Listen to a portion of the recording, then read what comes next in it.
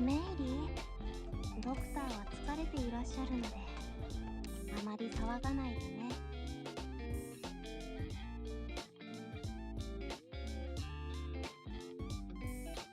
Right, just the tip. Hello and welcome.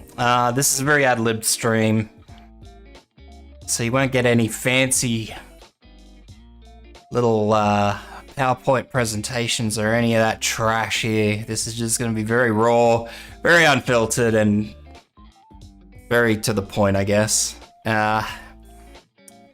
So I know a few people who have just started playing Arknights, and there's a few relatively common mistakes I see made in Arknights that sort of hinders progress, so I just kind of wanted to address that for newer folks and, yeah. Try and assist in making actual story progress, because that's what can sort of hinder you in the long haul if you can't actually work through the story. It's... Hey, Blue. It's, yeah, something that is fairly frequent.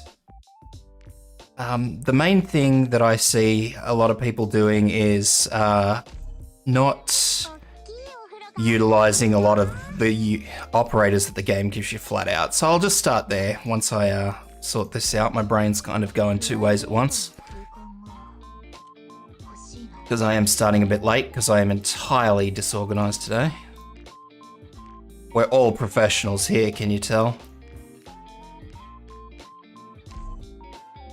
It wasn't 5 people, was it? In you go, Noel.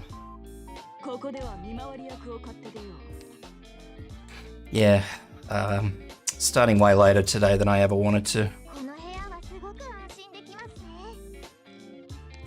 Maybe not starting later, just getting into what I'm doing later than when I should be. So I wanted to have all this done before I actually started the stream. Alright.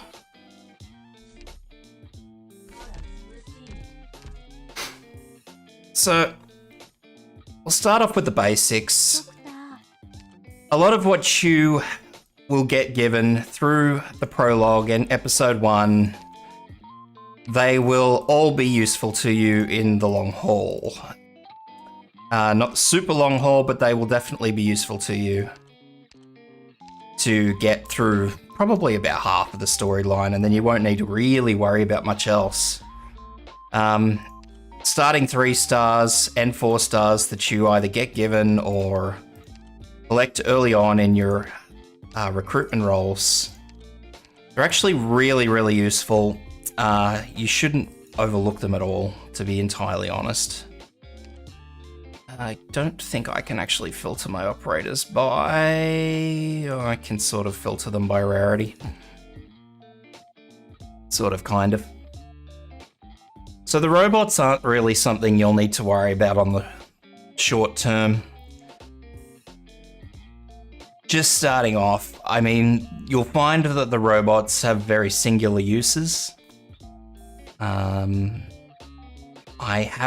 I didn't really do, as I said, this is an entirely ad-lib stream. It's something I just wanted to do just off the top of my head for people who I've seen that may be struggling. But the robots are sort of things that you mostly use circumstantially. So if you've got like a really tough enemy that you need to burn down, you may use thermite. Castle doesn't really have a use aside either baiting or blocking emergencies. And Lancet obviously is an emergency healer. The other reason you may use robots is in contingency contracts, which we just had, where you might have a deployment operator limit. So you may use Castle to, say, emergency block something, just because, you know, some of the contracts reduce your deployed operator limit. And as such, because the robots don't actually cost a deployment slot, as it were, they're useful to bring along as extras. So say you can only bring, I'm pretty sure you can deploy 8 operators under normal circumstances. So say you've got a contract that reduces your deployment limit to anything lower than 8. So say 6 operators, 5 operators. You would probably fill out the rest of your slots with these if it's just the deployment limit drop. Because then you can just use them, you know, you just drop Lancet in, you've got a spare healer. You drop Thermite in to help assist with tankier units. Now you have to kind of use them very carefully, especially stuff like Castle and Thermite, because they do have obnoxiously long redeploys. 240 seconds off the top of my head. I don't think the game actually tells me. No, it just says very slow. So robots probably aren't something you'll be thinking about short term. You'll probably see Lancet pop up, but I wouldn't think too hard on using or utilizing robots. Yep, finally got... Actually, Thermite was my first robot I got to max potential, if you can believe that. I really, really struggled to get Lancet to max potential. I was very lucky, though, because I got a couple of recruit things that were a robot with a healing thing tag. And so I was able to finally finish off Lancet only a couple of weeks ago, actually. That was a big struggle. Now, these 2 stars are ones you'll start the game with. They're given to you. Yeah, the robot tags are a pain. I remember I used to actually get robot tags, and you select the robot tag, you go the right time, and it never gives you a robot. It's just like, nah, sorry, you're getting Norcorn.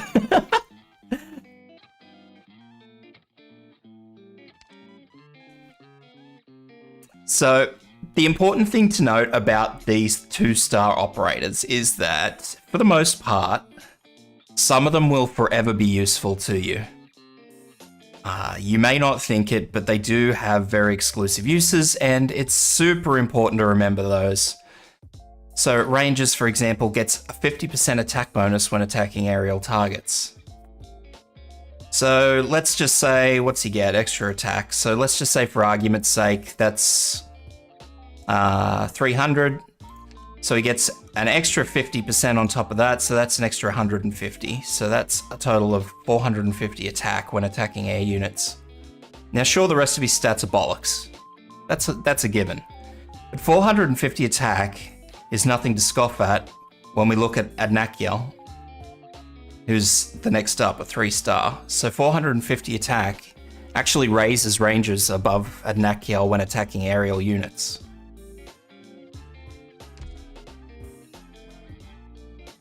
So if you're a newer player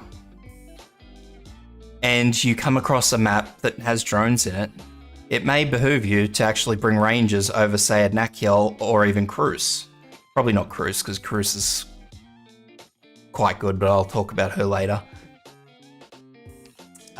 Or just even if you do need extra archers to deal with stuff, like it's a very drone-heavy map, for example, well, you would bring all 3, for example.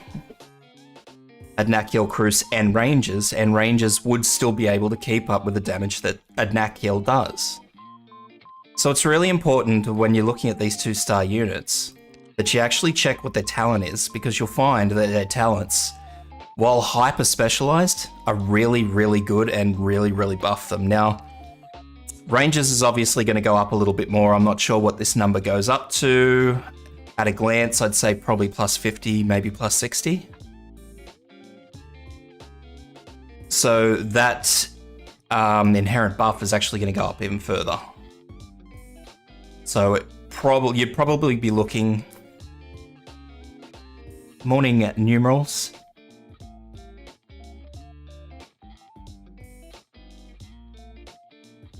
So you'd be very wise to use, if you're starting out, to use Rangers in a drone heavy map. So moving on, Norkhorn is something that, while not particularly, again, as a 2-star, not particularly grand if you just look straight up at stats, max health and defense are boosted by 12%. So, while his health is nothing grand even with that 12% boost, his defense is something that's quite sturdy when you look at it like that. So you're looking at, say, another 40 points, so that probably pops him up to about just a tad over 400 defense. So once again, if you just look up to your 3 stars, 400 defense is not too bad. I mean, Beagle's actually a full-on proper defender, but if you need to bait stuff, like bait heavy-hitting attacks, drone bombs, for example, Norkhorn can actually sit there and do the job quite well because he'll take the hit and he'll probably still survive it. So if you're using him as just an initial beta, he's really not all that bad. Can he survive a sustained attack like any normal defender? Well, not really, but starting off, I mean, you'll be using him and he will actually be quite good for quite a long time. He can't do damage, as you can see. But then again, neither can most of the other initial defenders that you'll pick up in the game. But once again, he blocks 3 enemies, he gets health and defense buffs. So if you're using him as just to bait attacks, Norkhorn can be...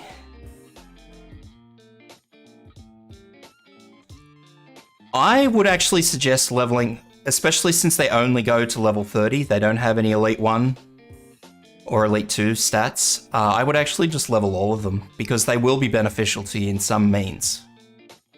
Under some capacity, they will be useful to you. Norkhorn, for example, as I was saying, he's great for just taking drone bombs. He's cheap. You can just knock him in. Yeah.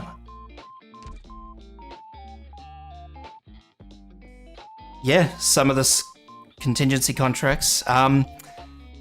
Sayonara. I would level all the 3 stars. I'll get to all of them. But, maybe... yeah. Yeah. So Spot is questionable, but I'll get to them in a minute. I would level most of them, yeah, because they're all quite useful in their own magical little ways. Especially if you're free to play. If you are free to play, definitely. Now next is 12F. 12F is highly unique in what he does. On the surface, he's an AoE art stealer.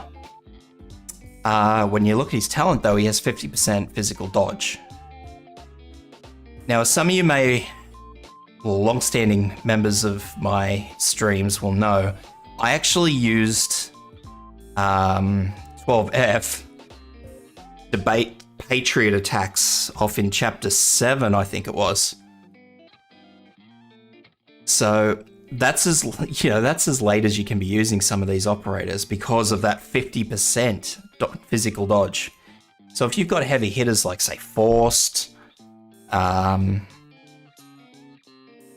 Patriot, like I said, anyone who has a heavy physical attack that you don't want knocking out a vital unit, and you can't afford a fast redeploy like Gravel, and you know they do physical damage, this is your man right here, 12F. That said, he's also a nice, cheap, easy to use AoE art stealer. He's nowhere near as good as Lava if you just want a nice, cheap throw in, but this physical dodge rate makes him well worth it for heavy hitting things that just nuke people and you just get no second chance about it. Next up is the Lucky Lass, Durin, single target arts dealer. Once again, nothing special stats-wise, but 50% arts dodge, so she's exactly the same as 12F, only for arts. If you know something has a big arts nuke, use her. 50% chance to dodge it. Love and life. Now, Yato is probably the worst of the lot. I'll say it outright. She has a fast redeployment, minus 30 seconds. Stats are lackluster at best. Whoop. I have never found a particularly great use for Yato because I've always had fast redeploys. Now, if you're a newer player and you need a fast redeploy for anything, I would stick with using Yato. She's not as effective as a fast redeploy, but she'll do the job. But as soon as you get Gravel, 10 to 1 you'll replace Yato with Gravel. Just because Gravel does the job better in every single way. That's the unfortunate side of Yato. She's, as far as the 2 stars go, she's exceptionally lackluster. And that's just, yeah, I kind of I really want to give her some sort of positive standing, but she really doesn't have one. So sorry, Yato. So moving on now to the 3 stars. Melantha. She does have a 2 block, which is nice, yeah. But 10 to 1, if you're using fast redeploys, you're probably not after 2 block anyway. Melantha is by far the best 3-star guard you will ever get. She will last you forever and then some. She does equal damage well above her tier, simply because of her talent, 8% up. And her trust boost is flat attack. She gets nothing else. Her skill is just, again, an attack buff, but her stats for what she is fantastic. You will use Melantha for a long time, and you can basically use her until you get a 6-star, just absolute flat replaces her. And even then, the 6 stars will need to probably be pushed up to Elite 2 before they get anywhere near close to the sort of substitution level that she is. So, Melantha is really one of those guards that you don't want to overlook if you have her. Even if you've got a 6-star, it doesn't matter. Because if you're a new player, which is what this whole tip thing is for, Melantha is going to be inherently cheaper and less resourceful for you to use in the long run than any 6-star will be. Because to get the same bang for your buck, they will need to be Elite 2. That's how good Melantha is. Until really late game, you can use Melantha. So she's, yeah, don't overlook her just because she's a 3-star, please. I know a lot of you, like if some of you get, a quick look. Who can we call in as a sub straight up? I suppose Chen would be the next straight up for her. So the amount of investment that you're going to take to get Chen, I mean, Chen hits twice, but Chen's got 682 attack. And we scroll back down here to Melantha, 763. So while it is true that Chen attacks twice, the simple fact of the matter is the amount you're going to have to get Chen to, I don't know, reducing mitigation, say probably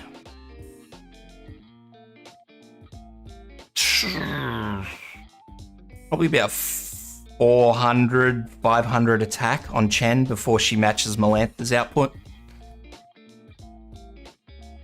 Which is going to be a very long investment for you. So yeah. Second you get Melantha, she's well worth investing in. Midnight. Midnight's long range guard, as you can see. Damage is reduced outside of his normal attack range, which is obviously what he's tanking. Now, it's worth noting, again, the talent. The talent is exceptionally important because it's a 1/5 chance, 20%, to boost his damage up 160%. So especially when he's attacking outside of his range, when this 80% normal attack or the 20% damage nerf comes into effect, that boost completely overwrites it. And there's really no other range guard that has an ability like that. So while yes, the 4 and the 5 stars, actually I don't even think the 4-star does outright more damage, keeping that into account. But when you come up to, say, Lapland, who will be your 5-star replacement, even Lapland doesn't have an ability which will overmatch that. Lapland's ability over a long period of time will obviously counteract it. But if you're using Midnight for a specific purpose, say in Chapter 8, there is a drone map where putting anything within the drone's area of its effect will be absolutely detrimental and you'll take all day to kill the drone. So using someone like, say, Midnight outside that drone's range so he can sit there and just hit the drone, it's fantastic because he can do the job even in Chapter 8. Earlier on, I think there's another one in the Lungman chapters, I'm not sure which one it is, where again, using Midnight to kill stationary drones that just sit there, he does the job fantastically. Now, as I see, Shirka here says that he started with Lapland, and so you probably wouldn't look back from it because Lapland's quite good, but in scenarios where you may need several long-range guards to do a job, it's definitely not worth overlooking Midnight's skills, simply because of that 160% attack boost. Now, that said, using Midnight where you would probably use Lapland is not ideal, because Lapland has a lot more skills at her disposal to actually get stuff dead. So Midnight is really someone that you use as a support more than an actual ranged guard, if that makes sense. So you'd use him to back up tanks, you'd use him to kill drones. You wouldn't actually just sit him down and say, okay, here you go, Midnight, I need you to block this lane of lights. Because he probably can't sit there and do it. He doesn't have the defense, he doesn't have the stats, he doesn't have the skill set.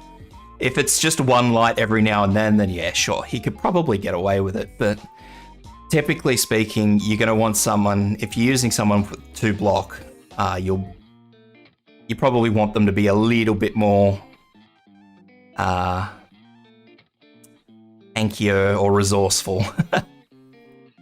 So yeah, Midnight for drones, especially because Midnight being a ranged guard, he does attack just outside of drone range. So drones that say reduce attack speed of operators deployed in their radius, which are the real pains. He's great because you can deploy him just out of their range, unless there's something affecting their range, obviously. And he will kill the drone. Now, the drones in Chapter 8 obviously are quite tanky, so it takes him a while, but it takes everything a while in Chapter 8. So yeah, it's good food for thought for that particular scenario. Popukar. Now, look, Popukar's one I don't particularly rate. I want to rate her, but I can't. I've seen people use her, I just don't like her. Personal opinion, thank you very much. Now, she has health and attack up. And what you'll probably find anyway is if you're a newer player, you will probably get her at some point in time.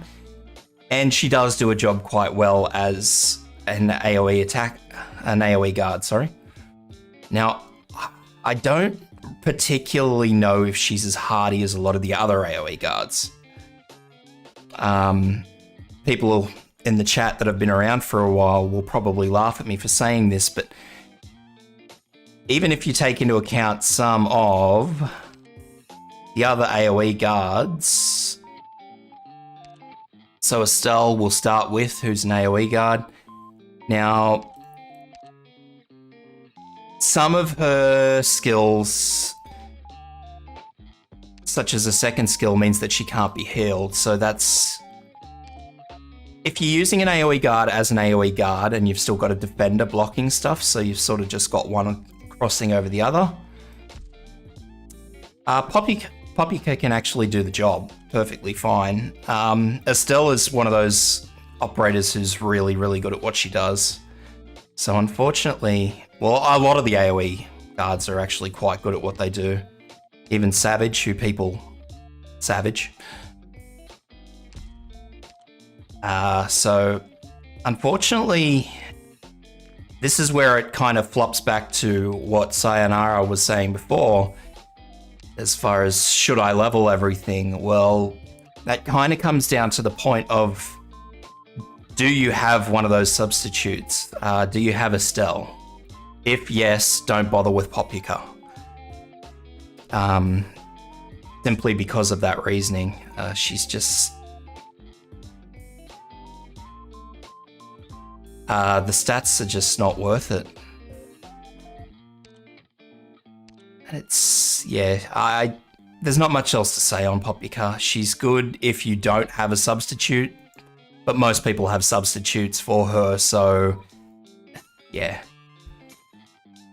That said, once again, if you do have a 6-star... Well, no, I can't even say that for Poppyka, can I? Because the 6-star subs for that is Blaze, and Blaze is outstanding, so I can't give anything redeeming to Poppyka.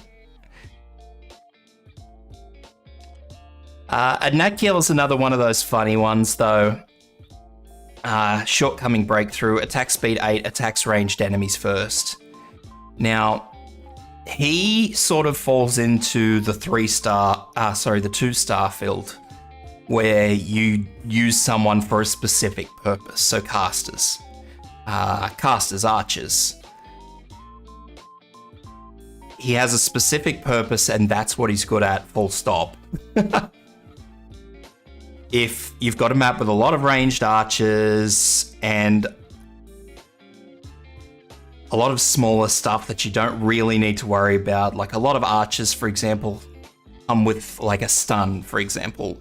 It's just one of those little annoying mechanics that can really put a damper on your operations. And a lot of the time, whilst you're deploying units, you'll be deploying in an order such as things won't be attacking your squishy units. Like, you'll always attempt to place your defenders in last if it's doable. And because of that, these archers, the enemy archers that do or can have stuns, will obviously target your tanks if they're in range. So Adnakiel can be placed down, for example, to attack those archers. Now, he doesn't have the stats to go late game. His quote-unquote shortcoming breakthrough is not that great, and he's really only useful early on. So again, for those of you like Sayonara that's asking about it, Adnakiel is a one-trick pony, and he's not particularly great at the trick.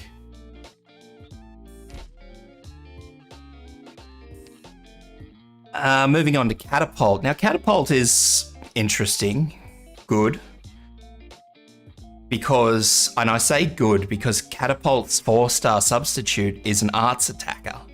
So that means that they don't directly replace Catapult. Catapult's actual replacement comes in at 5-star, who is Meteorite. So you'll find that once you get Catapult, you'll be using it for quite a while. Her skill is great because it increases the AoE of normal attacks to 200%.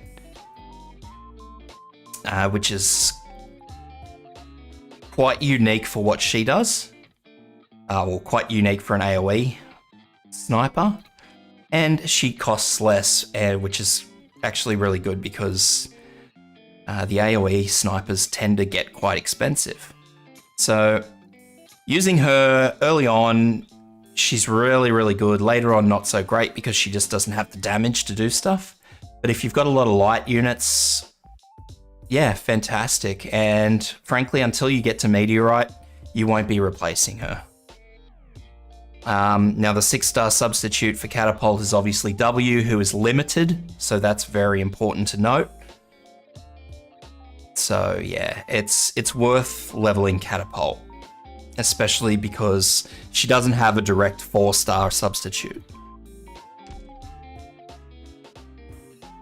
Cruz, literally, again, like Melantha, one of the best 3-stars there are in the game.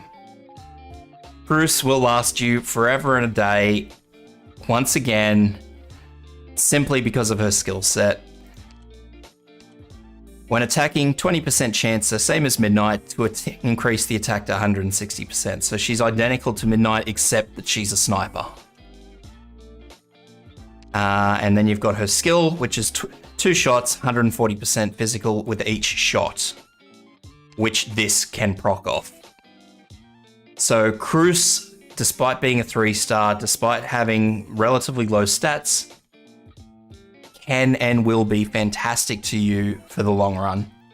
Without a doubt, Cruz is another one of those 3-star operators that you should be leveling, no matter what. She will last you well through. Beagle, the tank of the group. Beagle lasted me forever and a day. She has tremendous defense, and obviously her skill just makes it better. So until you actually start getting to art stealers, like heavy caster stuff, which I don't think comes until like chapter 6, Beagle will do you fantastic work through that entire period, and you won't need to replace her as long as she's not tanking mega heavy hitting bosses. And even then, that's fairly questionable anyway. Beagle will last you forever. So even if she's not directly tanking, like she's just tanking, say, a side lane and you need a 3-block, late in the game, yeah, she'll still be of use to you. So Beagle is definitely worth investing in, especially as a new player. The next up is Cardigan. Now, Cardigan has uses, but she's not particularly great otherwise. Her uses come from her health pool, number 1, and her self-heal, which needs to be activated. That skill is not activated automatically. You need to watch her. So I do have use for her in, say, contingency contract situations where I just need a tank to hold something for a minute before it gets pushed away. Or simply just blocking something that just needs to be blocked for a very short period of time. She's not a tank that you can really just set and forget, simply because she doesn't have the skill set for it, because it's just a self-heal. So she is a good tank, she's good at what she does, but what she does is not well utilized. So while it is worth investing in her, as far as tanks go, you're better off investing in, say, Beagle. Now, Spot falls under the same category as Cardigan, only his skill heals everyone else. He also heals an ally and provides physical dodge to them for a few seconds, but that's not a particularly redeeming quality. It's, even as a starting player, it's not great. Spot stops attacking, he heals. There's very few situations where Spot is used as a tank, as opposed to the same situation that you would use, say, Cardigan in. So it's probably worth only picking one or the other of them, either Cardigan or Spot. And personally, I would choose Cardigan. Sure, there are other people who I'm sure would disagree, but it's kind of like you'd only use spot if you have to use spot, and cardigan only has so many uses, so you really only need one or the other unless you're using them both for something specific. But as a starting player, and you know, we've all been there. Resources are short. You know, you're forever needing more tickets, more LMD. Just level cardigan if you're going to do one or the other. Your 2 healers are nothing too special. A 18% chance to heal an extra ally on Ansel. Ansel's not bad, but not great either. And Hibiscus is the same. She just has an attack up, so Hibiscus is the one of the 2 I would level. Ansel's skill does give you an extra row. So that's beneficial, but you don't really tend to deploy outside of where you would usually be deploying, and relying on a skill for that is probably not ideal. So yeah, of the 2, definitely Hibiscus is the better of the 2. Moving on, Orchard is your supporter of the day. She's slower and will be the first slower you actually get. Because of her attack speed up, she actually supports herself all the way through until you get to the 5 stars. The 4-star is much of a muchness, simply because her attack speed overwrites the stat differences of the 4-star. So yeah, it's worth investing in Orchard very early on, simply as a slower, which you will be using throughout the game. Now, Lava falls into, again, one of those categories of she's probably one of the best you're going to have for a while. Quick skill usage is the talent, and that means that her skill is nearly ready to go as soon as you deploy her. So 35 skill points after deployment, and her skill costs 40. So that means you're only waiting around another 5 seconds to use. Her stats, her attack stat, as you can see, is quite good. Boosted again by a trust. And yeah, she's quite, as far as AoE casters go, she's quite cheap to deploy. You can use the skill more or less right away. Yeah, she doesn't really have a peer until much later on. Essentially because that comes down... Yeah, I know, right? Essentially, the difference boils down to how the 4-star AoE caster works. And it also boils down to whether you need the damage in emergencies. So, for example, if you've got a short period of time to take out a lot of units, there is a map like that, I'm not sure which one it is, where you just get bum rushed by slugs early on. In those situations, Lava is far superior to her 4 and 5-star counterparts, simply because you can drop her in, she uses a skill more or less immediately. So the damage is there immediately, you don't have to wait for a wind up. So yeah, Lava is definitely worth leveling up. Steward. Steward is... he's a bit like a Nakiel, really. Armor break skill, so increased attack, but increases enemies with highest defense first. So if you're up against tanky shield boys, well, anything with a shield really, a Nakiel, Steward, sorry, is your man, because he will target those units first. And those are the enemies that tend to just get to your defender and just sit there. And everything wails on it, or they come in at the back of a whole end of stuff and nothing's attacking them, and it's just a big pain. So Steward, again, has a single use. He's a one-trick pony, but he's good at what he does. Is he great in the long run? Probably not. Definitely not. Yeah, no, I would actually say definitely not, because his 4-star counterpart is superior in most ways. This one skill I don't particularly find a lot of use for. I've never encountered a scenario where I've absolutely needed this. The only one that comes to mind immediately is, again, a drone situation where you can deploy him and he can sit there and he'll attack drones, because most of the drones, I should say, most of the stationary drones have exceptionally high defense. So he will just sit there attacking the drone until the drone goes down. But yeah, for one trick pony, not a particularly great pony. Fang will be your number one Vanguard. She'll be great for a long period of time. She's quite tanky. She does decent damage. Lightweight, so very cheap for a Vanguard. Yeah, I would level Fang without a doubt. There are 4-star Vanguards that you will get, but yeah, as a new player, it's hard to go past Fang. That's the bottom line of it. It's really difficult to go past Fang. She just has good stats, good skills, full stop. She's really well-rounded for a Vanguard. Plume.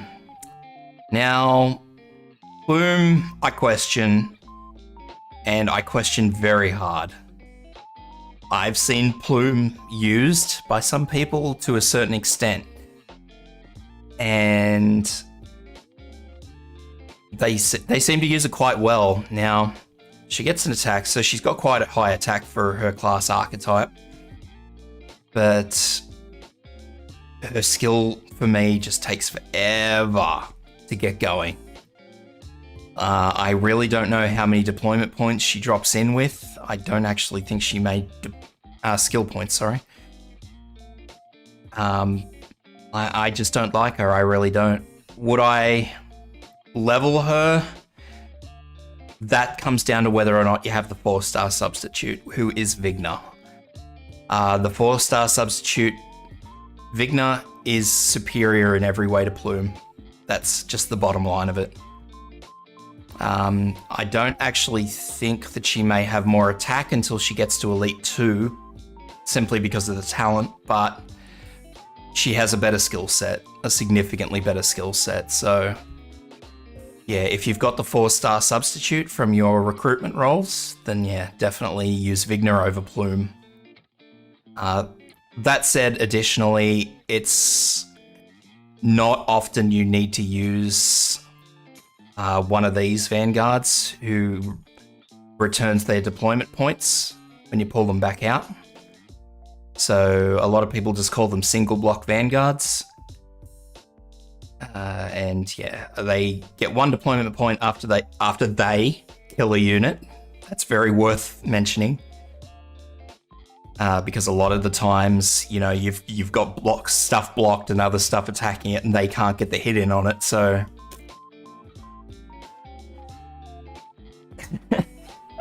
but they will give you all their deployment points back when you yank them back out.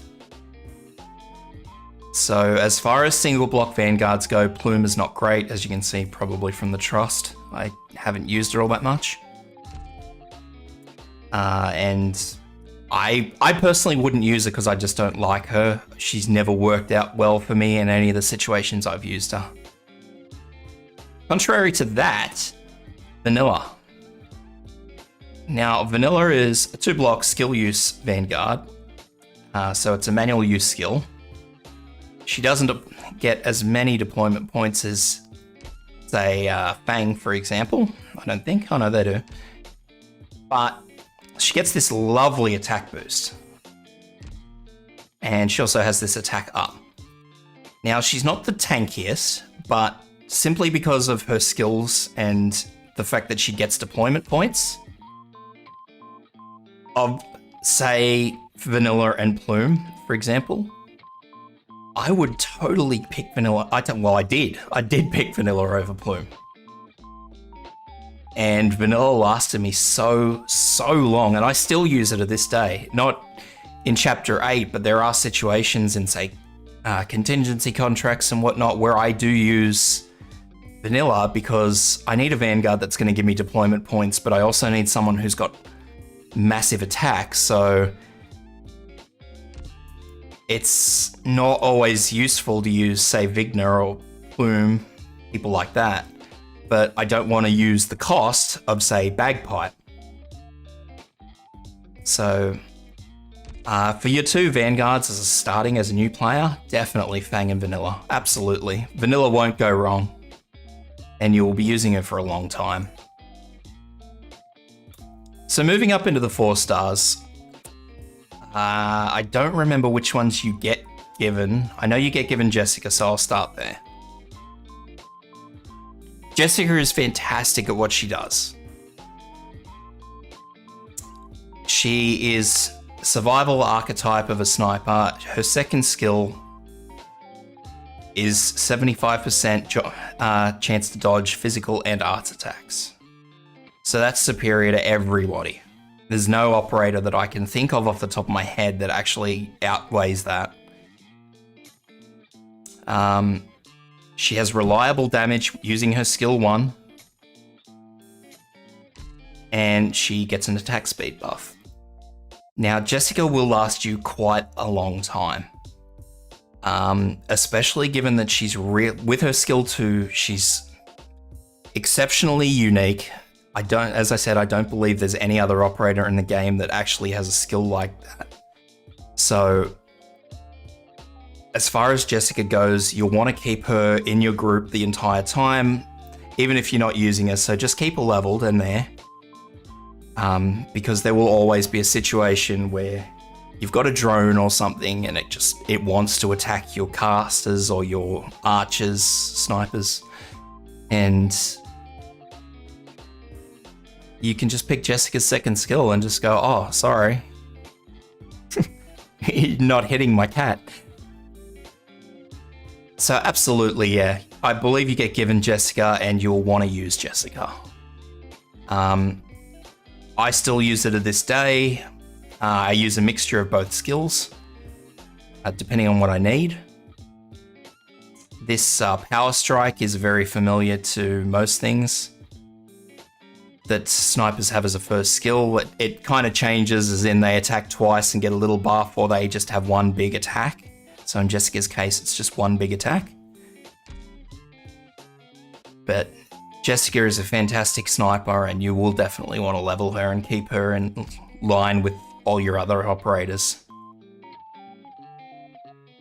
I'll touch base on everyone going forward now, all the 4 stars.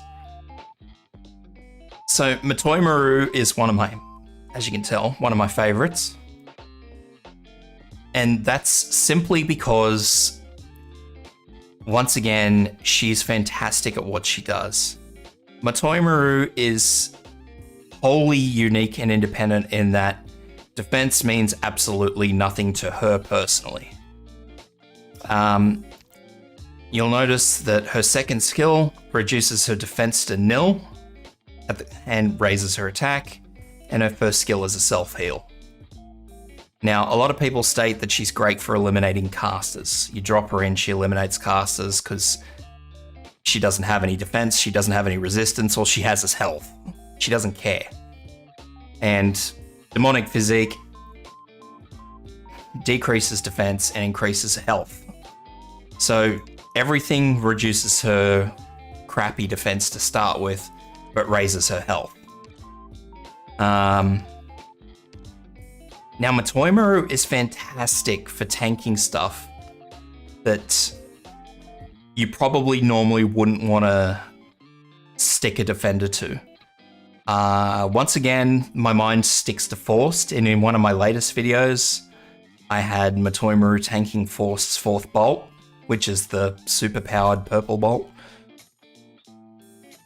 And she happily sat there doing it, and it saves my tanks taking it or someone else taking it, a fast redeploy. And I just had her sitting there doing damage while some stuff was getting tanked.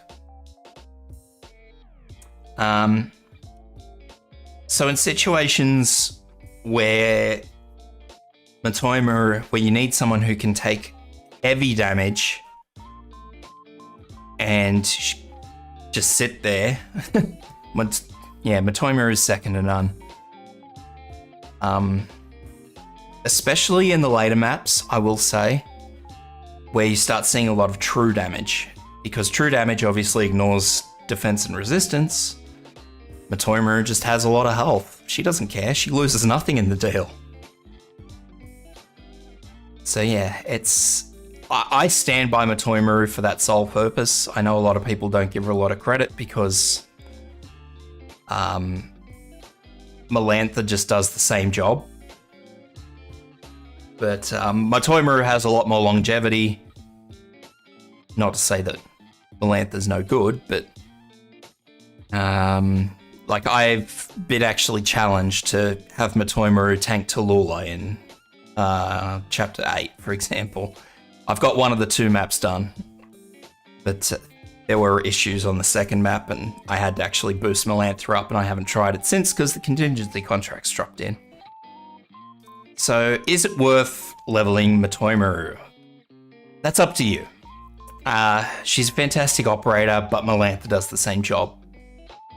And that's a lot of the reason that people don't level Matoimaru, is because until she gets into Elite 2 territory, Matoimaru is better, full stop. Not Matoimaru, sorry, Melantha is better, full stop. So, as a new player, I'll say no. Definitely don't do Matoimaru. If you get her, just stick with Melantha. Perfumer, the first AoE healer you will probably get. And she is amazing. Why is she amazing? Her talent. Restores health of all allies by 5.5 of her attack. So slowly and surely, she will just heal everything map wide. Now this is fantastic for units like Pelagar, Utage, who can't be healed. Those units who can't be healed are not impacted by this, they can be healed by that. So it's one way to keep them, give them that little bit extra healing. Yeah, sorry, Mudrock.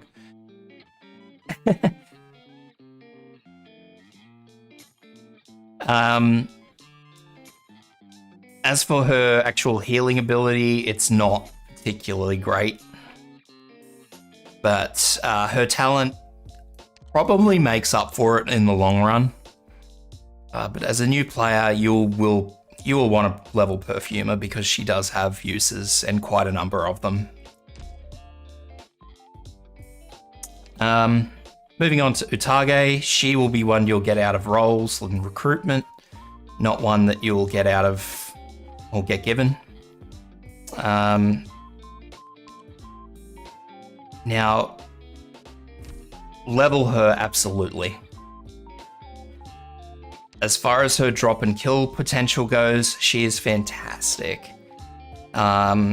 She loses 50, her skill 2, as you see, 50% immediately lost, and gets an attack buff. And deals arts damage as well. So that's the shortcoming, is that her attacks deal arts damage when using this skill. So it's probably not great to drop her in on casters. And she can also substitute as Ahsoka with her first skill. She has great attack. You can actually deploy her and leave her if you need just extra damage.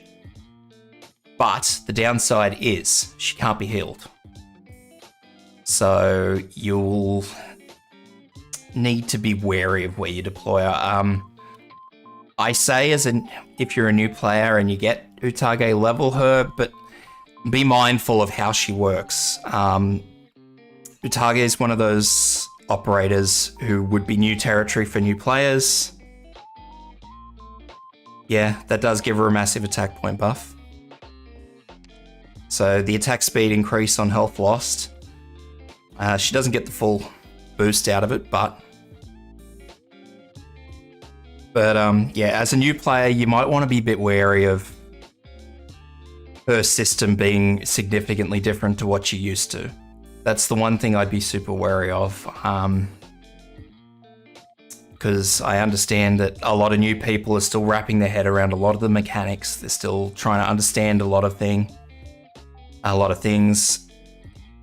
So, yeah, it's probably the next step after you sort of get yourself grounded in the world of Arknights to start understanding these can't be healed units, because they can work, but they also can sort of trip you up.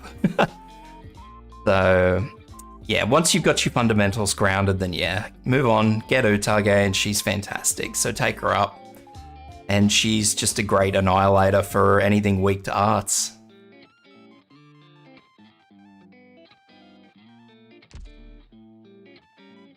Gummy. Now, Gummy is absolutely fantastic. And this is kind of why I don't put a lot of stock in, say, Spot or even Cardigan. Now, Gummy self-heals. Yeah. Our healer. Gummy is what I will call a proactive healing tank. Because as soon as this first skill is ready, she will heal. If anybody's damaged, she will heal. Which makes her fairly unique amongst the healing tanks, healing defenders, because most of them are what I will call reactive healers, sorry. Which means that they will not heal until some criteria is met, usually when something drops below 50% health. Gummy is fantastic and unique in that she will heal anything that is damaged. So you're not constantly puckering, worrying about health. Also, her talent, she bonks people with a frying pan. So 200% damage and a nice little stun. So Gummy can work quite well independently. And it's, as far as tanks go, healing defenders go, Gummy is second to none, simply because she is a proactive healer. The shortcoming comes in her skill 2, which is where you'll use any other healer, any other defending healer except for Gummy, because there's a 10-second delay before she starts healing. So that's where she kind of flip-flops. So if you just need a tank for healing, use Gummy. She's fantastic. Yeah, but that heal's poo. That heal's not very good.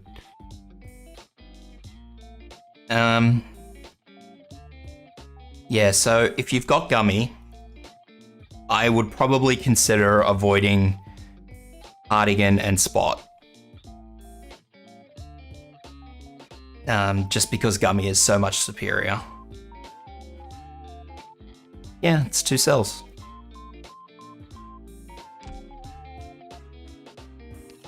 Gavial, the tankiest healer. Healing tank. Gavial is, I believe, one of the operators you'll get given, which is also why I don't put a lot of stock in the 3-star healers. As far as healers go, single target healers, Gavial's attack is quite lackluster. I believe the 3 stars are superior in that aspect. That said, both of her skills are heal over time, so she either does a single target heal over time or everything in her range heal over time. Her deployment skill is increased attack and defense for everybody. All medical operators, which unfortunately is limited. But that said, that's not the reason I want to talk up Gavial. The reason I want to talk up Gavial is because of how tanky she is for a healer. If you know that your healers are probably going to be taking physical, note that physical damage Gavial is irreplaceable until 6 stars.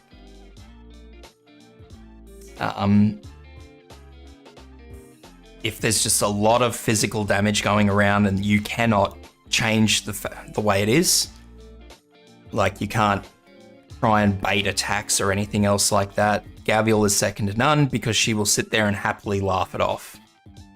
Because she has the health and she has high defense. Comparatively. Yeah, that's exactly what Iron Cobra says. Gavial is second to Shining, which is the 6 star. And that's the only reason for that is simply because Shining actually has a passive defense buff. If Shining didn't have that, then Gavial would still be superior for taking physical damage. So that's how good Gavial is. She's certainly a survival healer. She's not a great healer, but yeah, if there's a lot of damage going on your healers, you can't go past Gavial. Yeah, Gavial is a guard disguised as a medic. That's exactly right. The next one that you newer guys will get is Myr. Myr is exceptionally unique in what she does. She's a single target healer, but both of her skills allow her to heal a second target. The first one is just a typical charge and launch, and the second one is a usable one. So obviously you'd pick whatever you need for the operation you're doing. And now the important part to note about Myr is that she immediately heals everyone on the field by 160% when she deploys. Now that is extremely useful long term because apart from Lancet, nobody else has a heal like that on deploy. That's really useful for certain situations where you may be having a healer deploy late, for example. And so you've got a tank or a guard or whatever sitting there tanking stuff. Your deployment points are coming in slow, maybe a contingency contract, you know, it doesn't really matter, pick your situation. The damage isn't huge, but your defenders have been getting smacked for a while. You deploy Myr, she heals them on deploy and then gets into healing herself. For that particular aspect, she's fantastic and you'll want to level her because she can actually become useful later on for that exact situation. Second to that, her stats are not horrible at all, and as I said, she's a single target healer that can heal too. So she'll last you quite a long time. So definitely level Myr. Ethan's one that you'll get in the core shop. Oh, ticket shop. Not sure what it's called. Ethan will likely. I'm actually just going through most of the operators. I probably won't touch the 6 stars, but yeah, all the 3s, 4s, 2s, and roboots.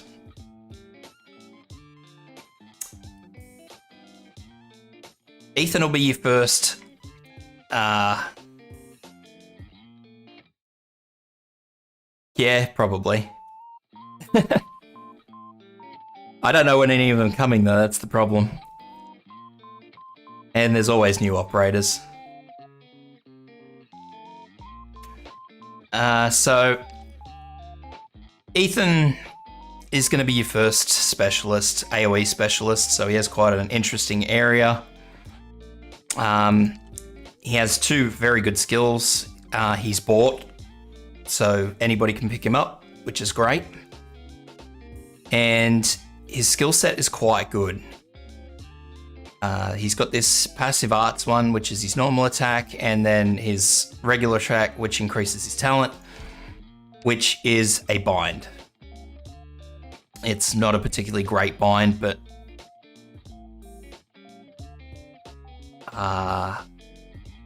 for what he is, when his only other contemporary is Manticore, Ethan is fantastic, so you will want to pick him up and you will want to level him because you will use him at some point in time, I can guarantee it. Even if it's just to put extra damage in, just to bind, if you need extra arts damage, Ethan's fantastic. Gravel, your first real fast redeploy. Gravel is fantastic and you will use her forever. When you get Gravel, level her because you will always have use of a fast redeploy. Full stop. Lower deployment costs, and all units that cost 10 or less have increased defense. I know, poor Yato. She's got 2 very good skills which allow you to work out what you want to use her. If she's going to be taking a lot of physical, crank up the physical. If she's getting hit by arts, crank up the health. There's nothing else to say about that. She is fast redeploy for taking big hits. So I mentioned earlier when I was talking about Matoimaru, you can use it for forced. Anything that just has one big hit. Usually a lot of bosses tend to have like a few normal attacks and then one big tank busting hit. So yeah, that's what you use Gravel for because her cooldown nearly always cycles in time for those big hits, and yeah. You will use Gravel forever, full stop. There's no if, buts, or maybes about that. She very literally has no substitute, and yeah, there's not much else to say about Gravel because she has no other substitute. Moving up, Courier. Courier will last you again forever and a day.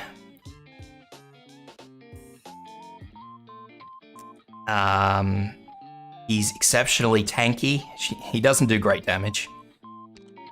His skill 2 amplifies that defense, and skill 1 is just your normal Vanguard. But his talent increases defense if he is blocking 2 or more. So, Courier is again one of the early Vanguards that you'll get, and he is probably one of the Vanguards that you'll use forever. I kind of swap between him and another one, who I will talk about later. But once you get Courier, and he is worth leveling, and I would just continue to stick with him. It's very rare I use 6-star Vanguards, simply because I just don't ever find it's worth it. And a lot of the time,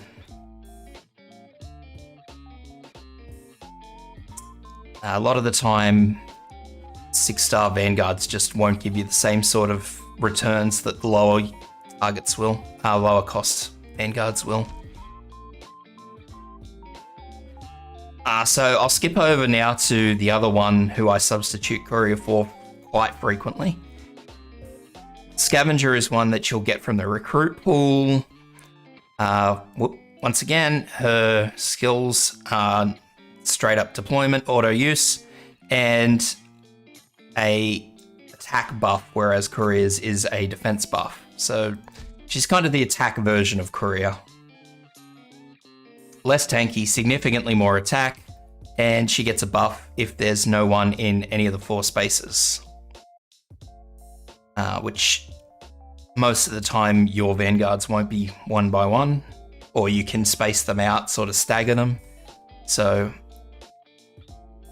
yeah, that's... I tend to lean more to Scavenger because I tend to use the attack a lot more, but it's much of a muchness whichever one of the 2 you use. So Myrtle is fast deployment point gainer.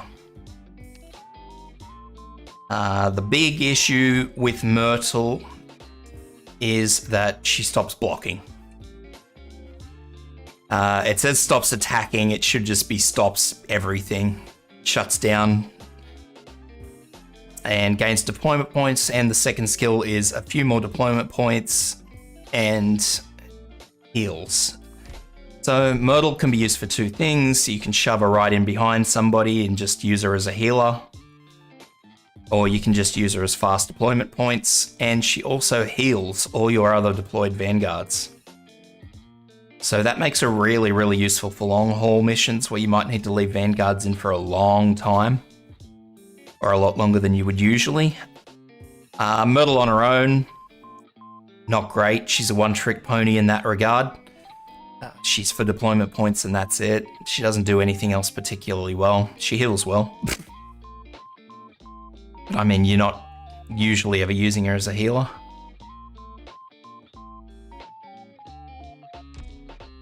Next up is Vigna, who I spoke about earlier. Vigna's a straight one-up to Plume, and if you have Vigna, I would not bother using Plume. Full stop. Vigna's skill 2 is in nearly every way superior to her first skill. Despite the attack interval increase, it's just on a shorter cooldown and it's just significantly more useful. Fierce Stabbing is a talent. 10% chance to increase the current damage of that attack by 110%. 30% when Vigna's skills are active, and she has a super high attack. So Vigna is superior in absolutely every way to Plume. If you get Vigna, don't bother with Plume, full stop. Vigna is fantastic pretty much all the way through. I find her in most cases superior to, say, stuff like Bagpipe, because Bagpipe tends to be too costly to use for what you get out of her unless you're leaving Bagpipe in long term. If you're just using it as a set and then yank out, Vigna is far superior to Bagpipe, without a doubt.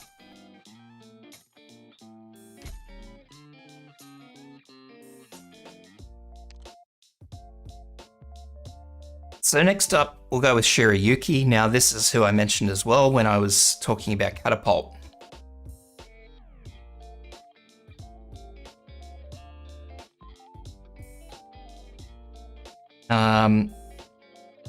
Shirayuki does not replace Catapult in that her skills activate arts damage.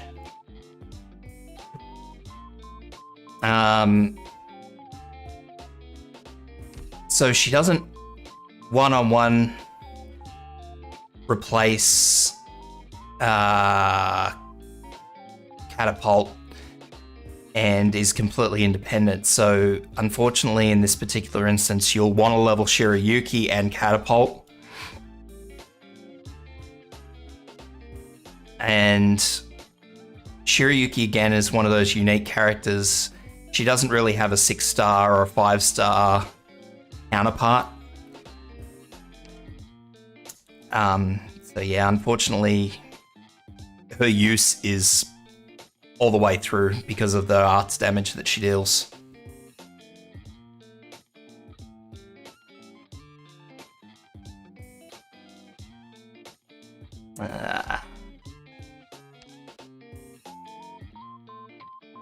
Now, Cutter is one that you may or may not see.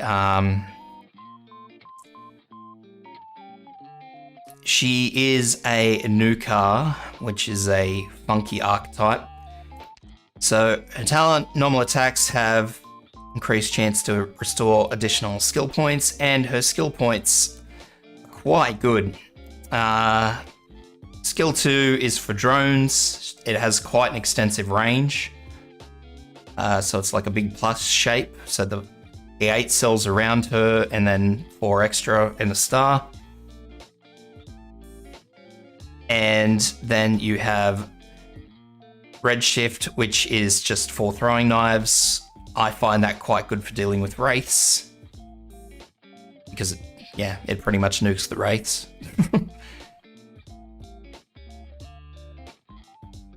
I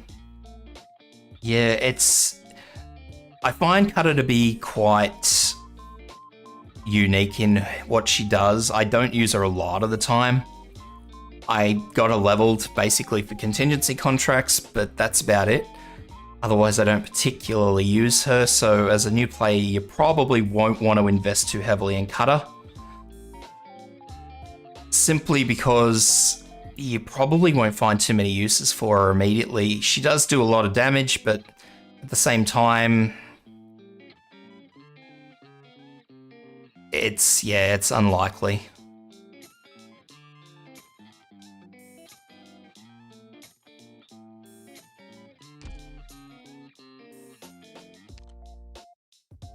Frostleaf next up. Frostleaf is, again, an extended range, or a long range guard. Same unfortunate trait as Midnight. And with the talent, she gets an extended range, which you can't really see on the range. It's just these 2 extra tiles on the side here. So for that, she's unique. And her stats aren't particularly great, but where she shines is her slow and her bind.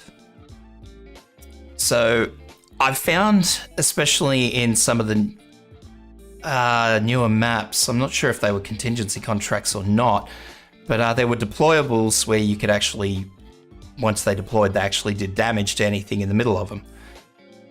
So that is where I found that this actually comes in super handy, because I was able to deploy Frostleaf and just sort of stick them in the middle of that whole area and have them slowed down so they just sit there and get hit the whole time.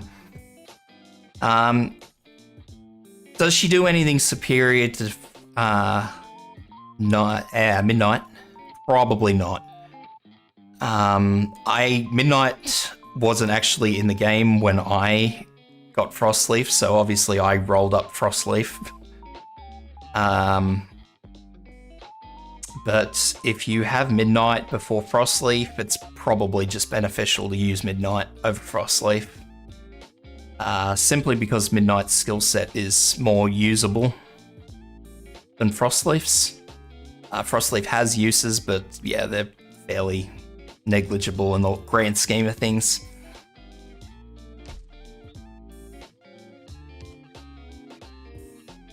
Ambriel. Ambriel is probably one of the first long-range snipers you'll come across. She's a slower, and her skill set is basically just extra range. I really struggle to find good uses for Ambriel. I do have her for the slow, but outside of that, it's been really difficult to find anything. Ambriel for the tax evader.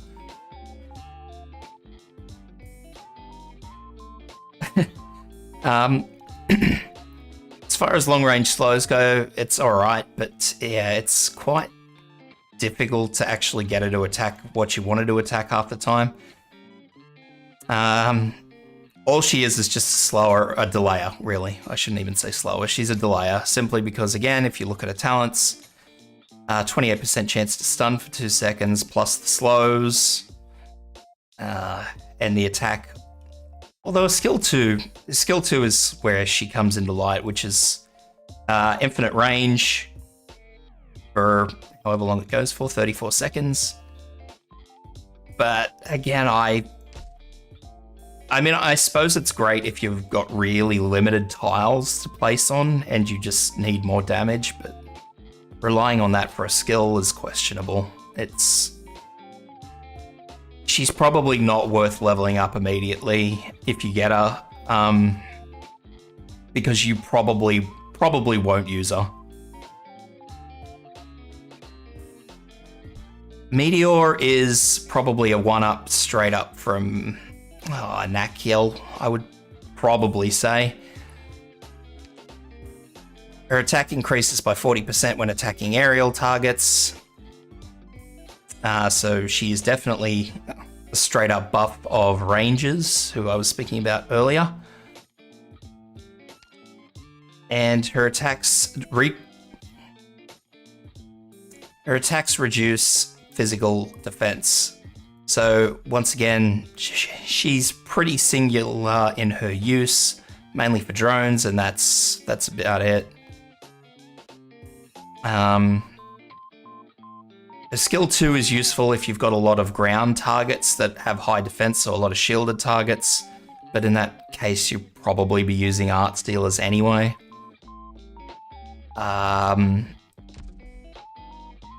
It would probably be useful to level her if only for drones, but it's probably not essential. Like, there are other snipers that will do the same job kind of just as well.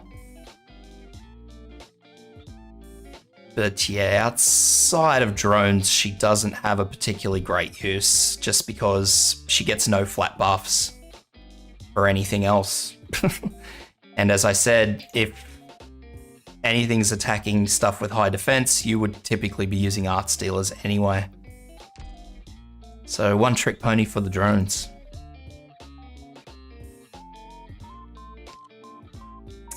Next is probably the singular best tank that new players can get, who is Cora. Defense Specialist gives her a nice defense boost because she really needs it.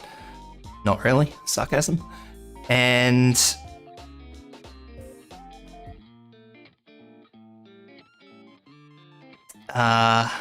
for a new player, anything with high defense does have low resistance. There's really nothing in the game for a new player which doesn't have one or the other. It's very generic and linear. It's only in late game scenarios and contingency contracts where things sort of line up one-to-one. And very exclusive events, like the newest events. So Cora's skills are fairly straightforward. You will nearly always be using the second skill just because of the difference in skill point gain. Now, Cora is fantastic in that she has a self-heal as well as her defense boost, and she also blocks an extra 1. Cora is second to none as far as defenders go. I don't believe that any other defender has a self-heal on top of their own defense buff that can be healed. So yeah, when you get Cora, she's definitely one that you will use for a very long time. Probably all the way through until you start replacing with 6 stars, but even then I myself rarely use 6-star tanks unless I absolutely have to. Like, even I fall back to my 5 stars just because they do the same job. So yeah, Cora is one of those ones that once you get, you will definitely want to level, without a doubt. Where are we? Durnar. Durnar is again a fairly one-trick pony. And I actually say that mainly because she attacks on her own tile. If she attacked off her own tile, I would actually give Durnar a hell of a lot more credit than I do. She's the first art-stealing tank that you'll get, most likely. So those are her skills, 1 attack boost, and the other attack boost for all blocked enemies. Obviously a skill 2 is where it's at. But when her skills are active, she deals arts damage, which is fairly limited. Only one event that I can think of was really useful for that. And she just gets an attack and defense boost. Other than that, her stats, I wouldn't say they're lackluster, but they're not great. But if you need an arts tank, which, as I said, there was only one event in memory that you needed one for, I would probably not level her just on the basis that using her for one event is silly. Just do your best to work around it, really. She's probably not worth the investment. Well, no, she's not worth the investment. Her 5-star contemporary Asbestos is far superior.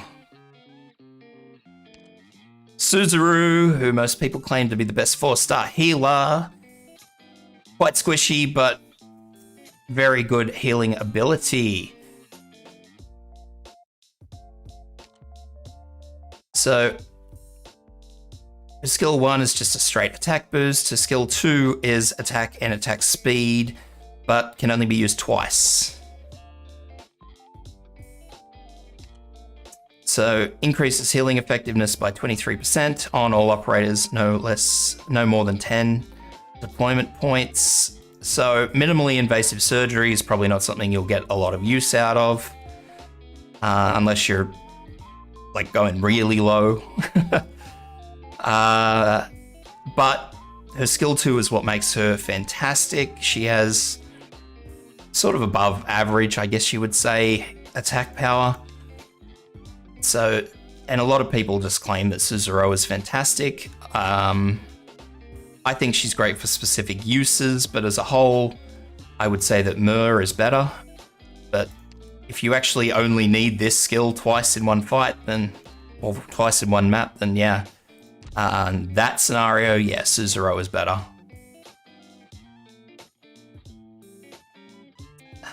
It really comes down to what you want or need them for in that scenario. But that said, if you do get Suzuran, she is worth leveling.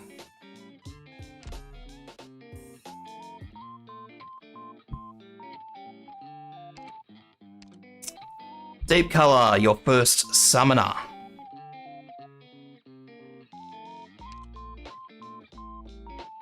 So she spawns little tentacles. So as the first summoner, she's not particularly bad. Summoners are questionable on the best of days. It really depends on how and where you're using them. Summons do take up your deployment costs or deployment limits, so that's kind of where the downside of it all is.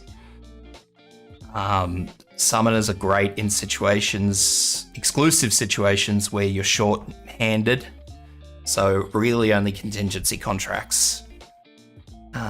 So in that particular case, summoners as a whole probably aren't worth leveling. Not immediately anyway. I mean, you probably will want one eventually. So yeah, I'll probably just leave the summoners out for now, touching base on that one. Earth Spirit, as I mentioned, is mostly inferior to Orchard until she gets particularly high up. So once again, just use Orchard. It's probably not worth using Earth Spirit over Orchard. Now, Gitano is kind of where I was going back and forth with over whether Lava or Gitano was worth using.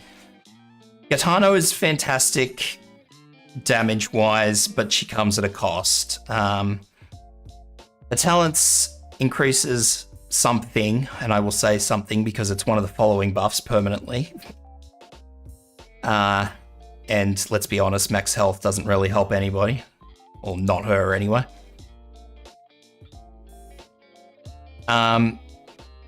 Her first skill is, you know, a first skill, attack speed buff. Her second skill is where she shines, but the downside of that is 13-second stun after the skill expires. So if you're using her for a specific purpose, that said you need something to die,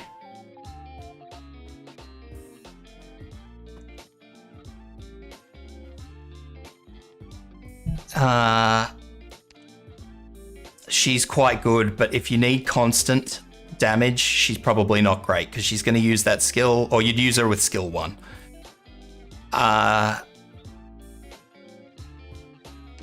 So I would consider leveling both her and Lava in that particular case. Again, simply because Lava does have her uses, you deploy and her skill's ready. So if you need emergency AoE arts,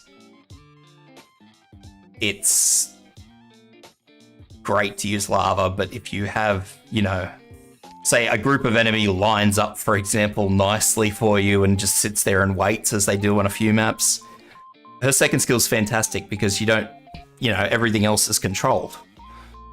But outside of that, it's just an attack speed buff, which is okay, but yeah. you kind of got to pick and choose which of the two you'd prefer to use. Katana tends to come out better in most aspects, but there are times.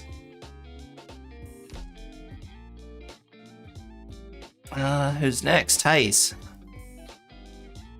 Haze's second skill is fantastic and is where you will use her, but to understand that, attacks reduce the target's resistance by 23% for a second.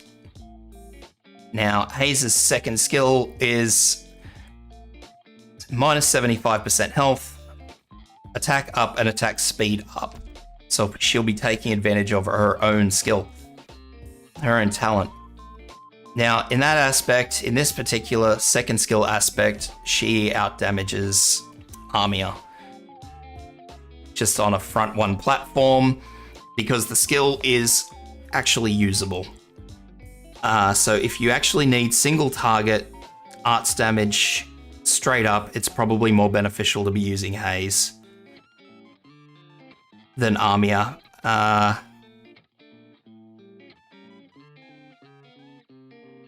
Simply because Armia's big damage comes from her second and third skill. The third skill, as most of you know, yanks her out after it's done, so that's just, you know, that is what it is. And her second skill you can't control, so while that does do a lot of damage, it's, you know, you have no actual control over that. So that's where Haze is really super useful, and I would definitely level Haze if you get her.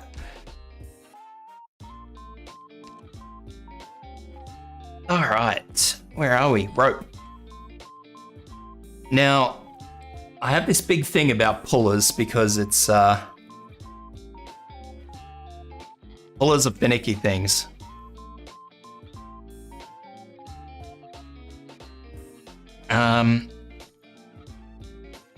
There are 3 different pullers in the game, and while all of them do the same thing with their first skill, it's their second skill which really changes how they are.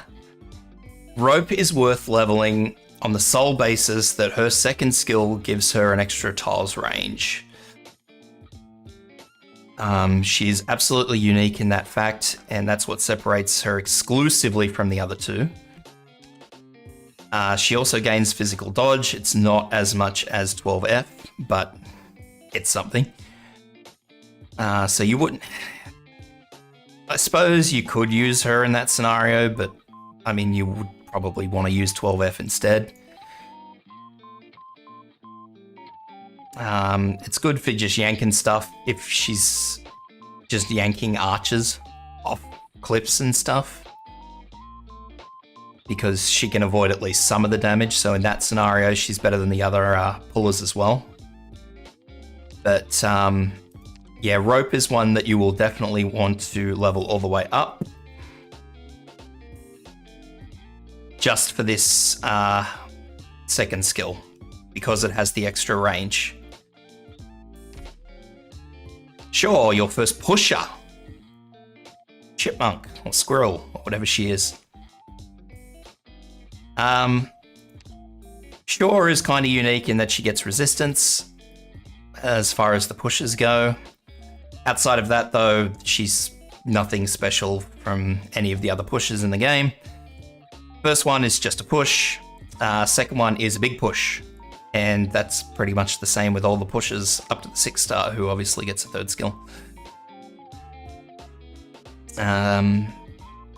There's nothing special about Shore over any of the other pushes, but because she'll be the first one you'll get, you'll want to level her. That's the bottom line of Shore. Stell is your first real AoE guard outside of Popukar. Now, Stell kind of falls into that funky area again. If using her skill 2, she can't be healed. So it's something to bear in mind when you're a new player, because if she can't be healed, you know, if you're just fresh into that sort of mechanic, you might be looking at her thinking, oh my god, what's she dying? Why's she dying? Why is nobody healing her? That said, she is self-sufficient as long as she's killing stuff, or as long as stuff is getting killed. So it's not horrible. It's not all bad. As long as stuff's dying, there are scenarios where I could see using Estelle, and obviously you can just use the first skill if you're that concerned about it. Second to that, once she gets up to Elite 2 status, she will be able to block 3, which is exclusive to all AoE guards except for Pop Yukar because she can't go to E2, sorry. So that is why I actually rate Estelle over Pop Yukar, if you can get her. Simply because of the E2 benefits Pop Yukar can't get. Moose.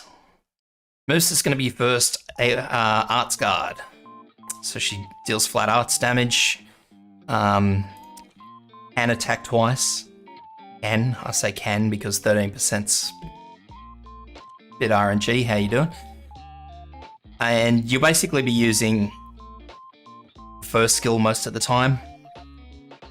It's quite infrequent that you'd be using the second skill simply because of obviously the attack discrepancy, and Moose usually won't be blocking any lanes because she's only a single block, so you'll kind of be using her in tandem with the defender. As she is the first pure arts damage dealer that you'll get, it's definitely worth getting her. Because you will need someone who can deal arts damage as a guard, and the 5 stars and onwards can get a bit expensive and funky. They're quite good, but yeah, the need for Moose is quite good just because of a cost and everything else, just the ease of using her. So yeah, if you get Moose, level her up. Stesia, yeah, can be funky to get, funkier to level, but I'm not even going to touch the Armia Guard.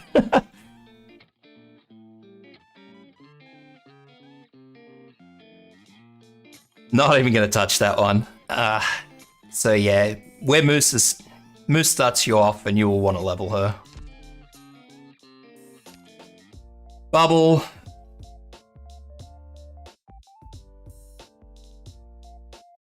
Bubble is simplistic, I suppose you could say. Enemies that attack her get their attack reduced. And flight defense boost as is normal for regular defenders. And the second one is stops attacking but reflects some damage. Now, that can be good, it can be bad.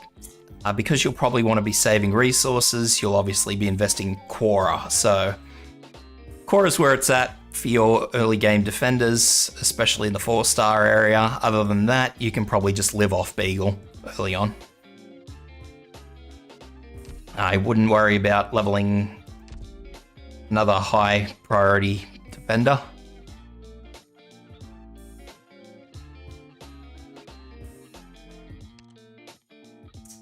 Vermeil is one that I am leveling at the moment. I quite love her second skill, which is hits one additional target and some extra attack, and she just has a standard attack buff as her first.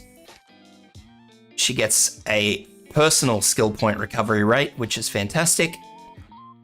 And obviously the trait of most snipers, is attacks aerial enemies first. If you get Vermeil, she's worth leveling. It's part and parcel of it. And she's another one that you'll probably use on and off for a fair while.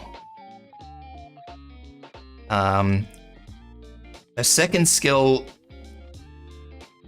is where the reason I'm actually leveling her, I suppose it's the reason anybody levels her really, the attack on one additional target. As you can see, it's obviously significantly less attack than this skill, but as you can also see, 37 to activate, 24 to activate, so cycle time is going to be the same for every third. So overall, it's going to be a hell of a lot more damage, especially since she's attacking 2 targets at once. Understandably though, if you're just using single targets, probably just Jessica is who you'd fall back on.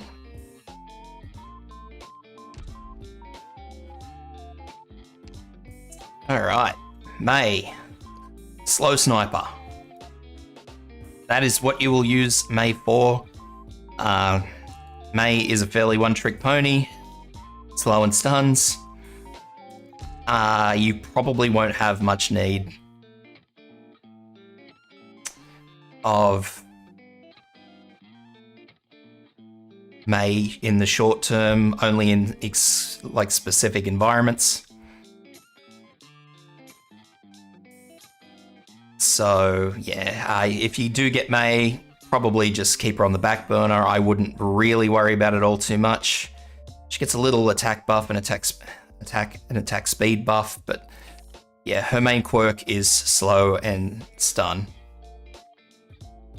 And yeah, unfortunately in regular scenarios, you're better off just going with higher attack damage. Snipers, like yeah, like Iron Cobra says, so just Cruz or Jessica or whoever you opt to use, Vermeil, like I was just saying. Pure Stream you may not have got, so I won't touch Pure Stream because you actually had to purchase her and she's off the shop now. Yeah. Podenko is a multitasker. She is... she's unique in what she does. Very unique in what she does. Well, as a 4-star anyway, I should say. So she deals arts damage and slows, so she's a slower. Primarily, sorry, a slower. All support operators gain a 7% attack buff, which can be pointless, depending on, you know, what you're doing. So her talent, we'll say, for the argument's sake, is pointless because how many support units are you going to be bringing? Probably not many. Where she shines, though, is that her attacks can heal with her first skill. And that's what makes her absolutely unique. Also, her skill 2, which is just a regular attack one. Spore Cloud Toss, which is Snare and Silence, receive 50% arts damage per second, so she can remain as a damage dealer if that's what you do so desire. And additionally to that, it's a Snare and a Silence, which is, yeah, amazing. So I would actually say definitely level Podenko because of the versatility she brings. She's one of those, yeah, really, really unique operators that there's not really a substitute for. And she will help you early game, and she will help you probably mid to late game. She doesn't probably have the health to survive much going forward from mid to late, but especially in like contingency contracts, if I can talk.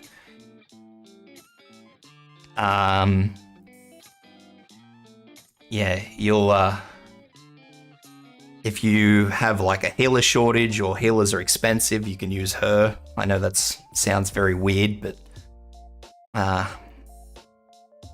yeah, she's not just a slower up front. Grey is another fantastic little one. Grey's an AoE slower, so yeah, Grey is another one that kind of doesn't have a contemporary that I can think of. And you will want to level Grey. So first one's just an attack speed standard. And the second one is attack speed plus increase of the slow talent, which is that. Reduces target movement speed when attacking. And obviously, as I said, Grey is an AoE art stealer, so it's an AoE slow, knocks out everything in the area. So he's kind of like a weird AoE art stealer slow supporter. Yeah, it's difficult to explain, but Grey's worth the investment. And as you can see, mine's in his infancy, and believe me, I've been having my ass kicked over that quite significantly. Irene is one of the newer ones, long-range guard sniper. He's a drone killer, flat out, prioritizes drones. So when I was saying like Midnight, for example, attacks drones, I'll have to go in here for this. So attack plus 20 when attacking drones, range expands, range no longer deals reduced damage. So he is like the absolute superior version of what you would use Midnight for. And that's really all to say that there is. Attack deals extra arts damage to an extra target is the second one. So yeah, he's kind of like, I suppose you would say, a halfway point in between Lapland and Midnight, I guess. But mainly, yeah, he's that sort of drone killing spot that you would use Midnight for. And as a 4-star, so it's not a massive investment. I would consider him for later game when drones do become a massive part of the game, but early on, he's probably not particularly worth it. The Hunter.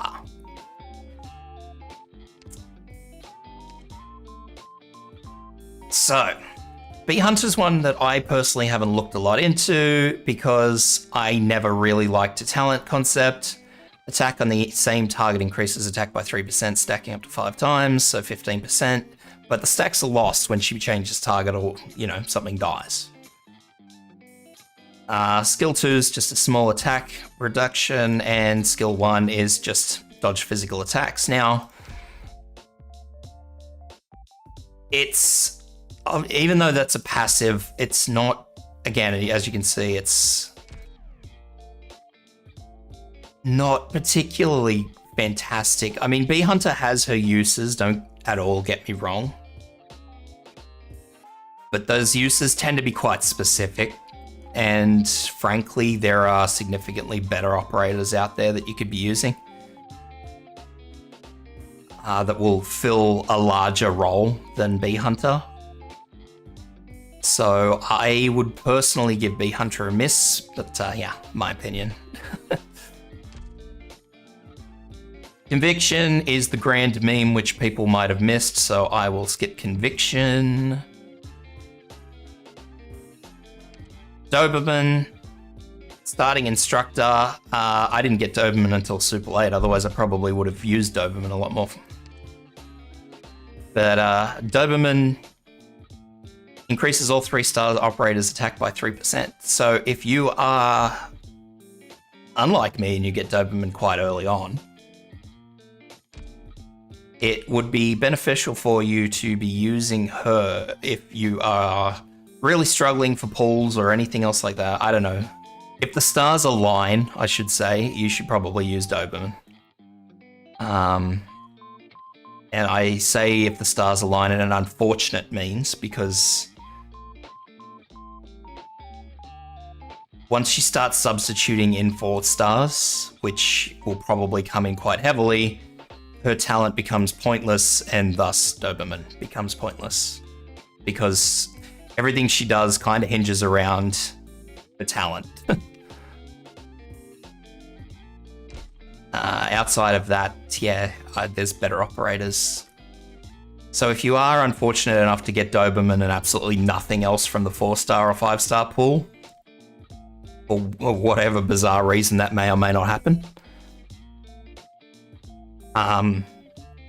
then yeah, I guess level Doberman, but I would probably even give it a miss even then, because, I mean, surely to God that luck can't last you forever. Jackie up. So Jackie's got extreme evasion, good physical, after dodge gains attack speed, lasts 5 seconds, doesn't stack, so it can continue. Jackie's, again, a bit like Bee Hunter.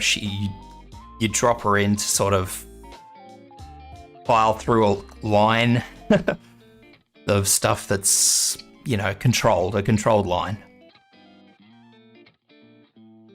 So second skill is pay close attention, stops attacking, gains 40% physical dodge, and counterattacks for physical damage. Now, because of that counterattack speed, and it actually makes it very, very, very, very clear that she can't attack faster than her normal attack speed, I don't actually rate Jackie. If that line of text didn't exist and she could just counterattack, I would say sure, go for it. Because I can think of some enemies that just have like really fast attack speeds, and if Jackie could just attack on their attack speed, she would be amazing. But yeah, because of that hard limit, I would say Jackie is not ideal for much at all, unfortunately. Moving on, Acid Drop is the first high damage sniper you'll come across. That being said, I would definitely consider using her. Well, not using her, but leveling her. The reason I haven't is because I have 6-star substitute. So, as you can see, she has a shorter range than most snipers, but her attack is plus 22, attacks 2 times consecutively, which is really good, and she also has this.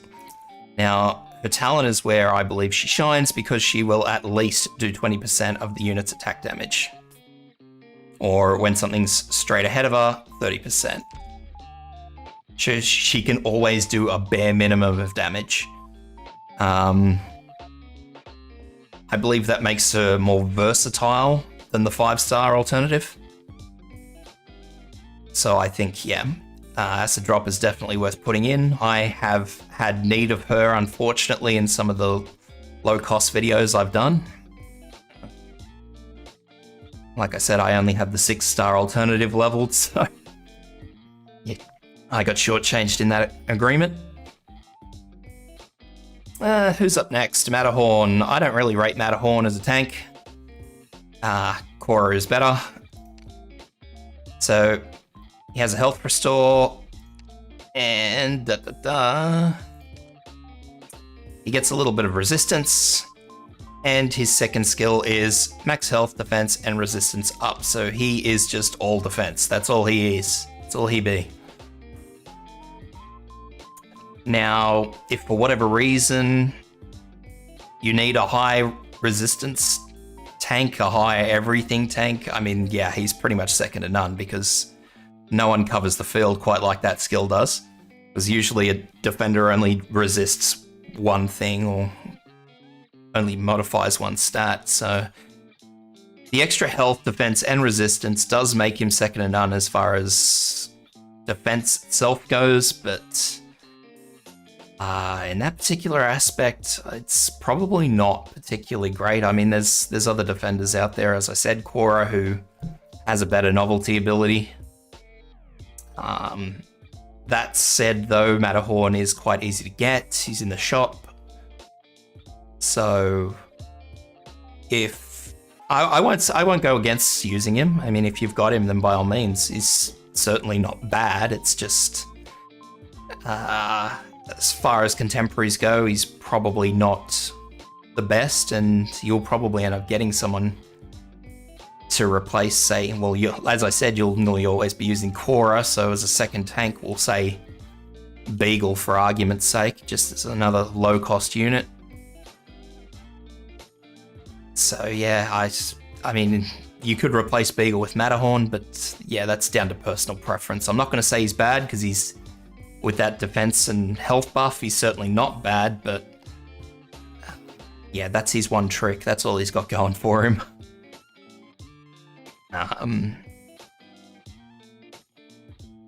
Yeah, unfortunately, really, again, I didn't level Matterhorn because I had a whole bunch of other tanks when I was going through. Because that is a massive resistance buff, but you got to remember it's percentile based. And unfortunately, that 5 resistance is... it's just not worth it, really, when you think about how much it's going to buff him. He's probably not going to get a whole lot out of it. I mean, 50% of 5. I mean, that's amazing, isn't it? I mean, it's 53%, so where I have him at the moment, that's going to buff it up to 8. Nothing spectacular, really, is it? 8 resistance, so you're better off just using a healing defender if that's what you're using him for. And I don't think that health buff is going to do much for him either. I'll just double check it. 23%, so... yeah, it'll just pop him up just over 2,000. So again, it's probably not great. Yeah, I would probably consider not leveling him up if you do pick him up, and just saving your investment for a 5-star tank or a 6-star tank. Click. Good old Click. Click's one of the newer ones. DPS crowd control, controls a drone. It deals arts damage. When the drone attacks the same enemy, as its damage will increase. Now I haven't leveled Click because I haven't actually looked too hard at Click. Click and her drones gain 6 attack speed, range expands, because Click actually came in when I was in the middle of doing a whole bunch of other stuff, so Click kind of got neglected. Drone attacks enemies, self drone, 20% chance to stun an enemy for 4 seconds, drone looks at an enemy. So assuming that the drone, I haven't used Click, so I mean I can't really make too much of an assessment out of that. I presume that the drone just sort of follows an enemy around and attacks it. Somebody else who has Click might be able to shed some more light on that.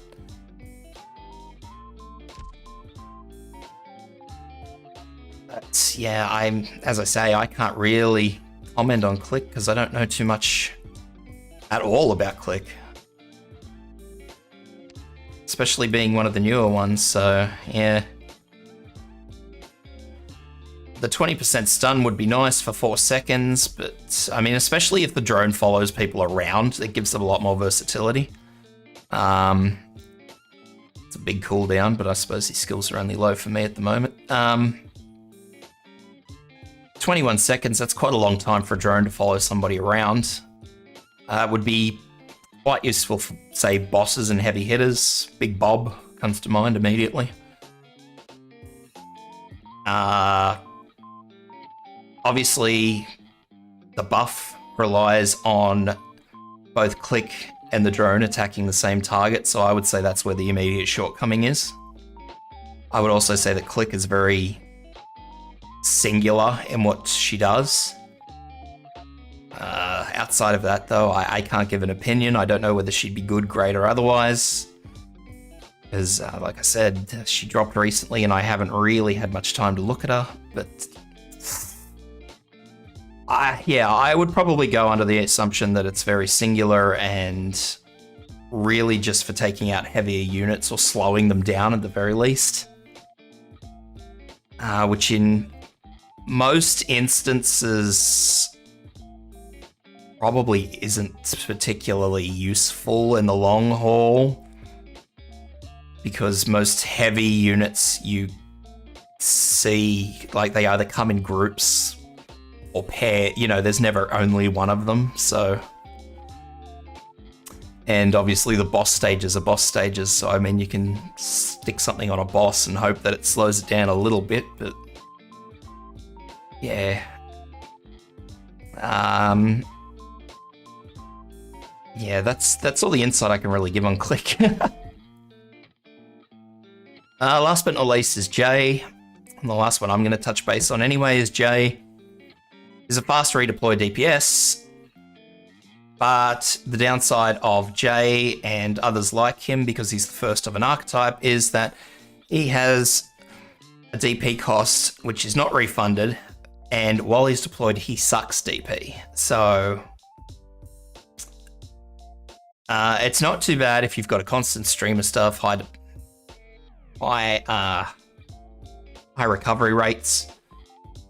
If you're using Jay on maps that have, you know, a slow feed of units, or you contingency contract, and this goes for all of this particular archetype in the future because there are more coming.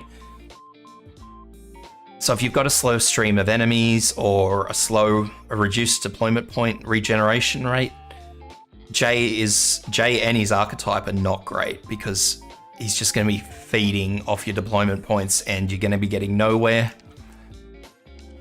That said, Jay definitely does do well on his own on maps that you can sustain him on. So you won't see any of this for a long time. So he does extra attack when attacking infested creatures. Oh, infected creatures, sorry.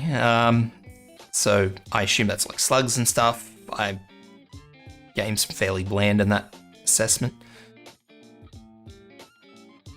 So Originium slugs, I guess, the spooters and whatnot. Sashimi Platter, which is increased attack up and increases and heals a nearby friendly unit equal to 30% of the damage. Unlimited duration, so that's fantastic skill. Again, assuming you can sustain him. And obviously the first skill is just attack 20% and silences unlimited duration. Now, it's important to note that I only know of one instance where Jay is useful, especially since he only blocks one. He may block 2 on E2, I'm not sure, or E1. But these units that leech deployment points are not great for newer players, because it just adds another layer for people to think about when you're probably already in over your head to start with, because Arknights is a game entirely based on strategy. So it's just another layer that you need to look at that you don't want to have to look at early on. And that's the basics of the starting stuff. I was considering going into the 5 stars, but I won't, because the 5 stars, where, as you can see, it starts to really expand outwards.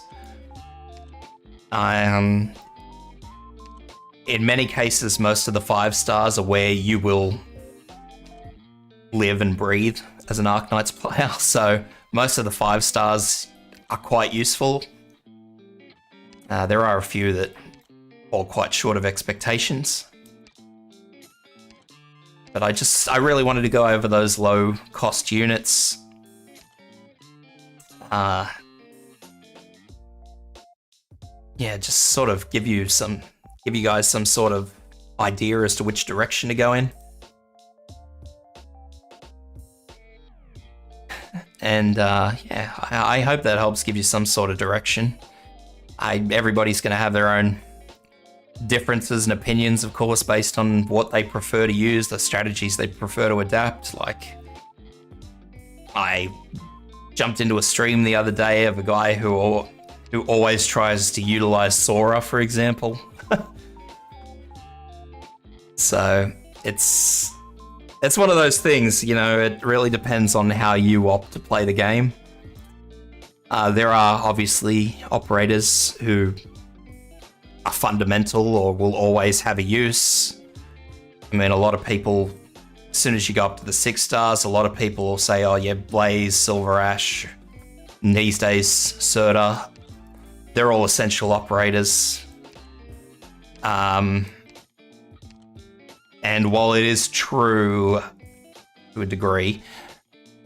I think it's super important to not also rely on those operators. Like a lot of people sit there and say, oh yeah, well, you can use suitor to clear everything these days. And I mean, I suppose it's somewhat true to a degree, but there's also a lot of cases where people just run the assumption that you can use suitor and yeah, she ends up falling on her face. But the big thing is try and keep all your operators together, guys. Try not to over-level anything you're using. Like as you see, the majority of my 4 stars, sorry, they're all level 30. Some of them scale upwards, as you see.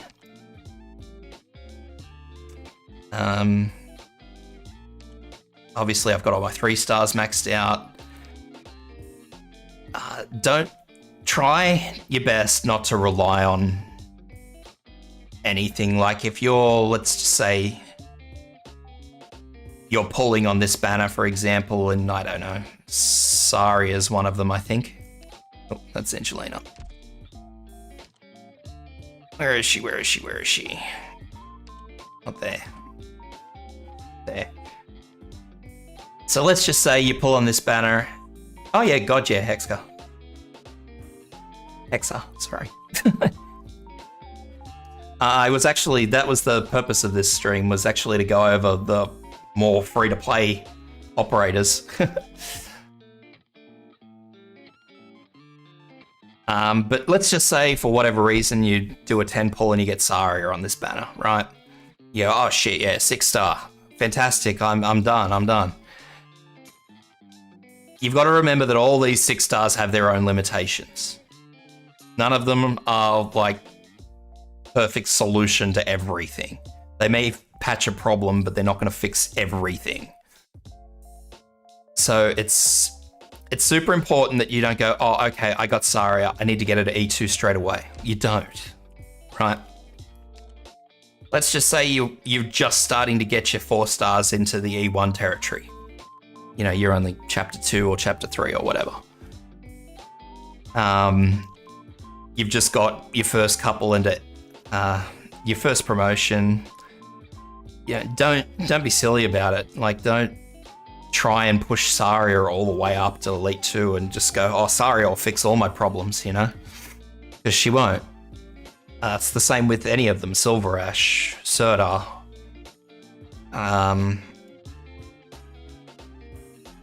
Just keep them in line with the rest of your operators, yeah? And just keep pushing your operators up bit by bit, until they all get to Elite 2, and then you can start, you know, expanding outwards from what you do. Because a lot of the times, and because I've been playing this game as it comes through, like a lot of the times, new operators will come out that'll be better than what you're using, or they'll have, you know, a new novelty to them that is useful.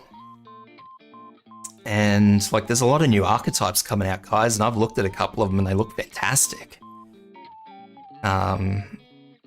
Even the 4 stars, like some of the 4 stars, the 5 stars, they look way better than the 6 stars. I'm not going to lie to you. So just try and keep everything together. Don't sort of space one thing out. Like, don't level. Again, I'll go back to using Saria as an example. You get your Saria, you level her up to E2, and everything else is like the same level as your 3 stars, you know, E1 50. Well, I suppose that's not too bad, but you know, everything's in its infancy of E1, for example. Like, that's not going to help you, because you're just going to have one massive unit and the rest of your team's going to be dragging their ass. You know, it's not going to help you. So I think the important thing you guys, newer players, need to remember is that you need to try and find a style that suits your set play first and foremost. There's going to be some maps that have strategies that you're just not going to be able to work around, full stop. And I can't really help anybody with that, because you're going to have your own set of strategies that you use for clearing regular maps. Like some people use a lot of supporters, for example, whereas I hate supporters. It's, you know, that's just the way it is. So once you've found your own play style, a core group that sort of works for you, level that group, level a couple around them, so sort of build it as a pyramid. So your core group is going to be the highest level. And then you're going to have like your supporters, which you bring in for, whatever you need extras for. So they'll be a little bit lower. And then you'll sort of have everything else at the bottom, which you're just sort of heaping up. As a new player, I know that sounds fairly ridiculous. I'm like, oh, you've got to level everything. Well, no, you don't have to level everything. By the bottom tier, I kind of mean these 3-star operators, all right? Because as a new player, these 3-star operators are going to be the crux of your entire operation. And as I went through them, I explained them a little bit, which ones are good, which ones are shocking. So that really does... it sounds really bad when I say it, build it like a pyramid and how I explained it, but it's not really as full on as it seems. And I show this big reel of operators. As a new player, you're not going to have all these operators. You're going to have you'll have what, 2 dozen at the most, maybe. You'll have all your 2 stars, all your 3 stars, and a handful of 4 stars. So you'll probably have 2 dozen operators to work with. And, that's a lot less demanding to look at than all this. So, that's probably... If I could filter them out, I don't think I can actually filter. No, I can't. I can only filter by class.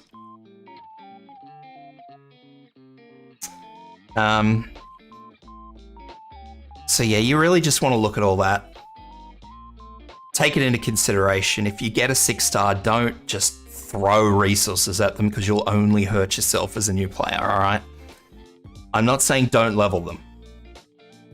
Don't take me the wrong way. I'm not saying don't level them. I'm just saying don't over-level them. Don't push them so far forward that everything else is suffering. Because then you'll just eventually hit a wall and everything will fall apart on you and then you'll get the shits, right? You'll get the shits, you won't make any progress, you'll go, oh, this game fucking shit. Especially if you're, as Hex said, you're a free-to-play player. You pull off a 6-star and you're like, oh my god, yeah. Because you can actually get the pull tickets and the resources to pull by playing the game. So, like, these 10-point tickets that I've got at the moment, I got just from playing the game each month, I think you can get 3 each month if you play most of the time. I think that's the limit. You can get them. You've got to play fairly hard or fairly investedly, but you'll always get at least a couple of free tickets anyway. So just keep your 6 stars in line. Be aware of what 6 stars you get. Some are going to be more useful than others to you. No 6-star is a solution to every single problem you're ever going to have. That's the one important point to note. There are a few 6 stars, as I said, which are amazing and will last you the entirety of your life. So if you get Blaze, for example, Blaze is fantastic. Silver Ash is fantastic. A lot of people bank on Suda these days. I use her, yeah, but do I put as much faith in her as everybody else? I really don't.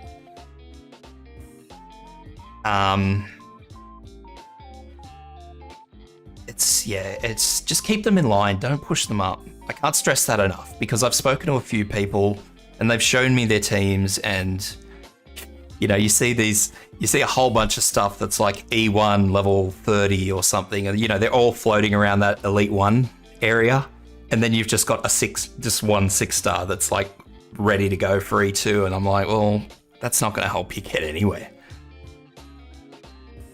You've just hurt yourself more than anything. You've probably taken about a month off your own time if you actually sit down and rededicate your interests.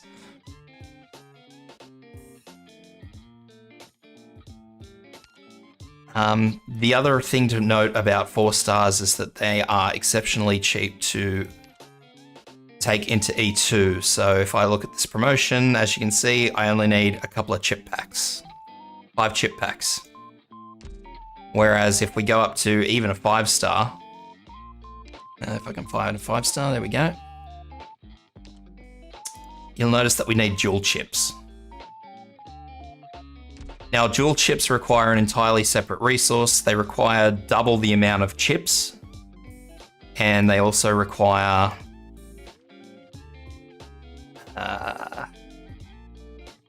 these chip catalysts. Now, some events give chip catalysts, which is fine, but for the most of the time, this is where you'll be yanking them from. So, shop voucher store. Shop vouchers can be farmed, but do you really, as a new player, do you really want to be sitting there every week going, oh, I need tough siege, when you need LMD. You probably need experience books. As a new player, you'll always want to be going for cargo escort because you'll always be short LMD. It's just the way it is as a new player. Later on, it doesn't get so bad, but sometimes it does. I've been going through a rough patch of LMD because I've been pushing up a lot of units lately. Tactical drills will help you out a lot. So it's really just about prioritizing yourself with your 4 stars. If you get a 5-star worth leveling up, I know I haven't covered them in this video, but it can benefit you to level them. Like, you'll obviously need stuff for Armia, because you start with Armia, so you'll obviously need the dual chips for Armia. So take that into consideration, but at the same time, don't go, oh my god, I need them now when you've just got Armia to Elite 1. Because you don't. You're still a long ways off. And as I said, you get them with events and stuff as well, so, some events might pass through in between now and then, and all of a sudden you've got the 3 things you need. Yeah, that sort of stuff's food for thought as you're going along. But I mean,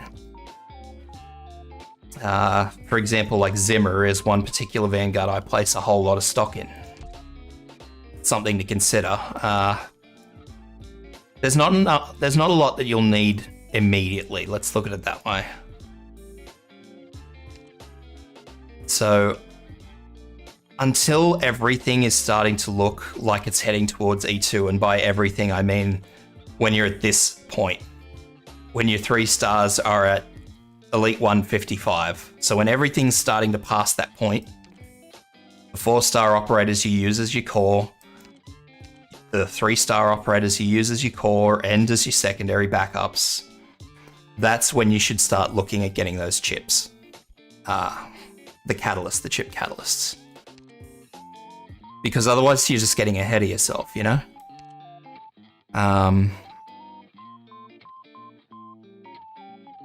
It's really something that I kind of want to put more emphasis on and stress, but I don't really have the words to do it because I'm just talking circles here. But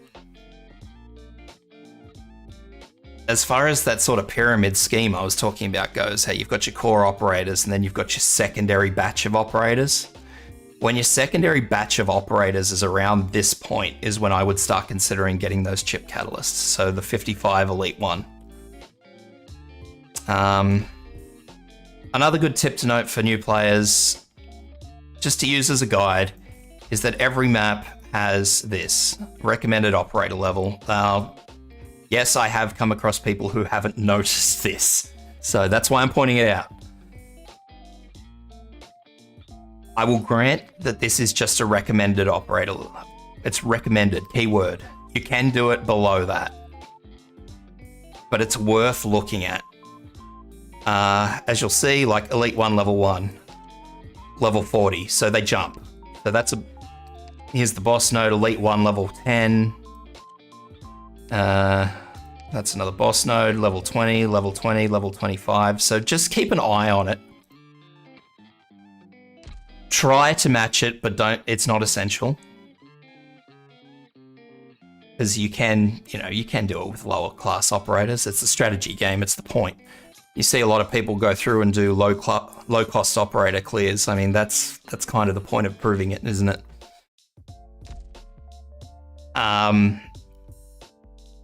Just making it easy for you guys. That's the point of low cost operator clears. So those, as I said, those are my tidbits of advice on all your operators that you use. If you are just coming in right now, this whole video is being recorded and it will be uploaded on my YouTube channel. So by all means, go to my YouTube channel, watch it over. But for the end of it, just, yeah, keep in mind the recommended levels for what missions you're trying to accomplish. Don't push chip catalysts too early. Don't push Elite 2 too early. Just try and keep every operator you're using at sort of a steady level.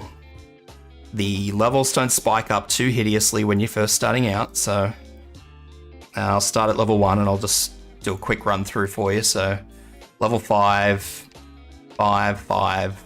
Actually, I'll just go straight through. So by the end of chapter 1, level 20.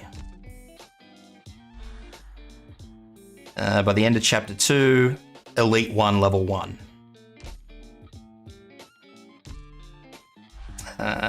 Whoop, that was where I was.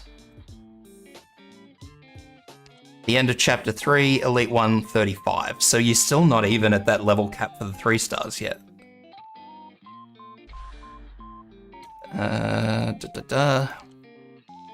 So yeah, the end of chapter 4 is where, yeah, sure, you can send me a friend's request, no problem at all.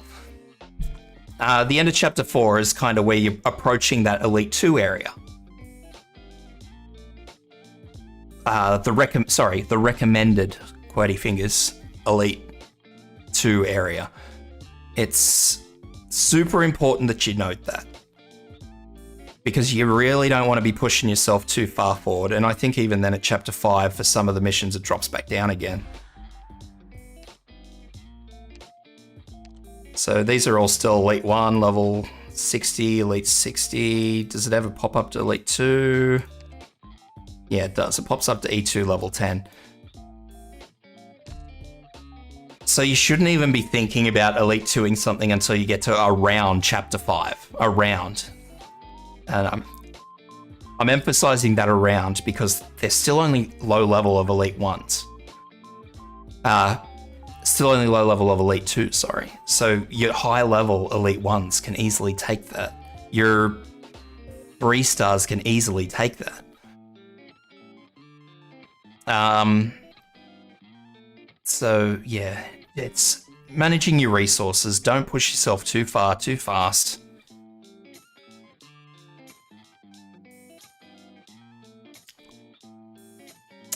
See, at the same time, I don't doubt that, Shirka. I would just be mindful about which one you E2. Like I said, I would certainly not be E2ing a 6-star if you get one. Like, let's just say you get Saria from this banner. E2ing Saria when you're a new player is just going to devastate every single resource you have. It's going to hurt you. And it's probably going to take about a month out of your play to recover all the resources you pissed away doing it. If you're going to E2 stuff, start low. Start at your 4 stars. I wouldn't even E2 Myrtle, to tell you the honest truth. Who have we got? Like, I would probably push for damage dealers, to be frank. But I mean, even then, like many people will point out, Cruz, for example, out damages stuff into the early levels of E2. Like, the thing you need to understand is the 3 stars are so absolutely specialized that they will stay until something is about E2 level 20 before anything passes them. E2 20, E2 25, like that's how hyper specialized these 3 stars are.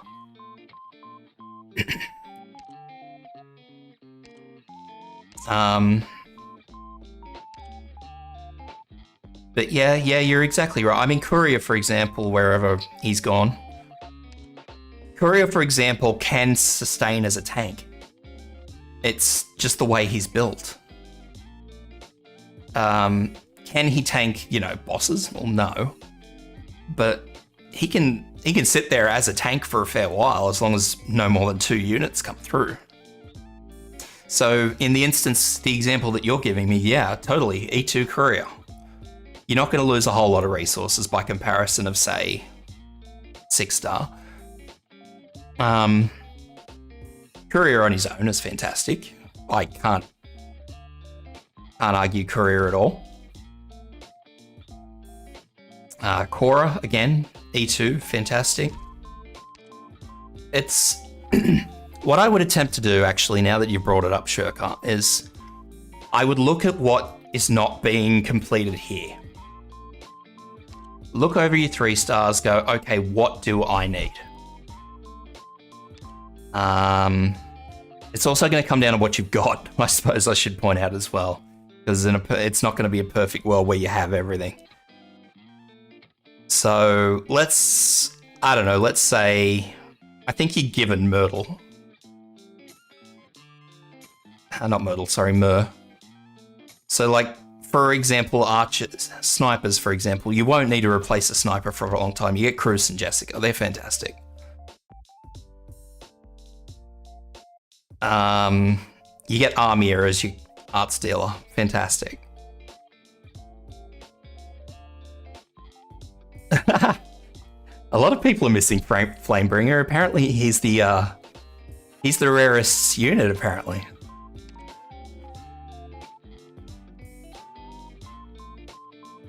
I mean, yeah. Using him as what you say as an example, because you're only going to have Fang and Vanilla early on, and Plume. I would probably consider doing a Vanguard first. Going off what you've said and taking into consideration what I think people should have, yeah. So say doing Courier first, for example, or Scavenger. I wouldn't do Vigna. Because you got to remember that Vigna is a single block Vanguard. So Vigna's sort of specialized. I don't want to use the word specialized because it's certainly not the word to use, but you'll get less use out of her than you would out of, say, Courier or Scavenger, for example. Myrtle's the same. Myrtle blocks 1, but when she's using a skill, she blocks nothing. So would I E2 Myrtle before anything else? Well, no, I wouldn't, because I'm not going to get a whole lot of benefit out of that personally. In the long run, yeah, sure, E2 Myrtle, nobody cares because you were using her every day, but... or every other day anyway. But yeah, like... Courier will last you forever and a day. Scavenger will last you forever and a day. I use Scavenger primarily as my Vanguard. That's saying something, isn't it? My primary Vanguards, for example, are Scavenger and Zimmer. Suppose I should just do this. So Scavenger and Zimmer. Those are my 2 primary Vanguards, and as you can see, I've got 6s I can pick from.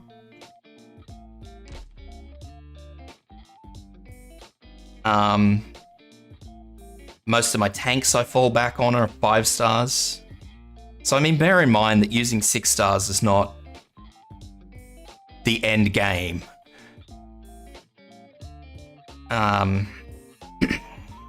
Like, for example, if I swap over to my defenders, I have all these 6-star defenders, right? But my primary defender is Liskarm. Liskarm is my fallback defender. I use her for everything. I tend to just use Liskarm and Nurl. And I'm currently leveling Asbestos as an arts tank. Just because I don't see a point. And I'll say this right out because it's probably worth mentioning. Very seldom do any of my 6 stars do anything more than my 5 stars do. It's so worth noting that. Exactly, that's exactly right, Stressful. It's 6 stars are just there for sledgehammering it.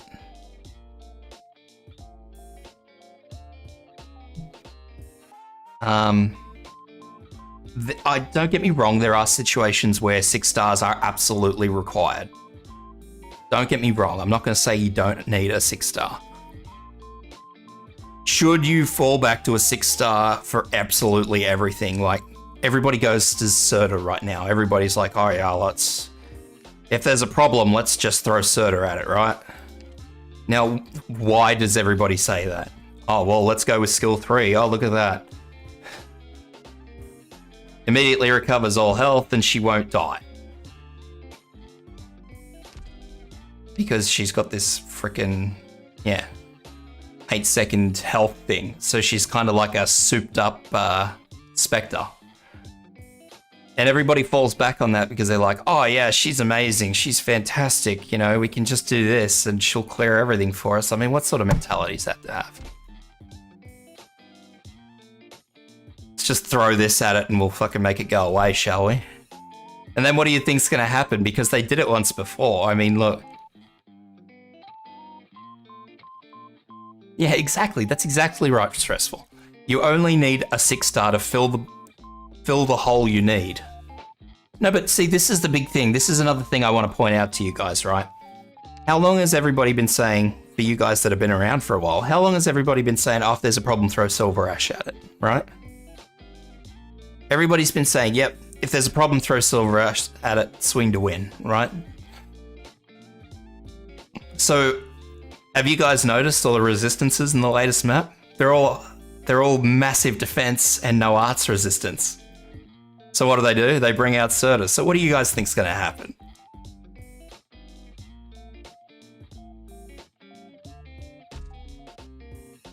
They're going to go, oh well, shit, Serta's being overused. Let's bump up the arts resistance on stuff, yeah?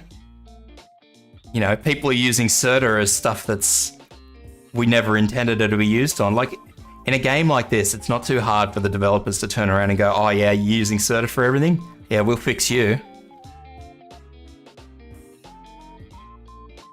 And then everybody that just uses Serta as that band-aid fix is just going to be up shit river. So it's really why I emphasize the point of not using a 6 star unless you have to. Like, as Stressful pointed out once again, Silver Ash, AJ, Angelina, Serta are the problem solvers.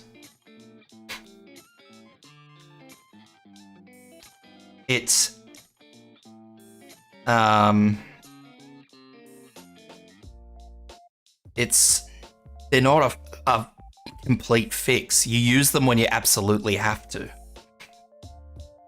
Because otherwise you're just going to get yourself acclimatized to going, oh, I have a problem, I'm just going to throw Serta in and her invulnerability will kill it.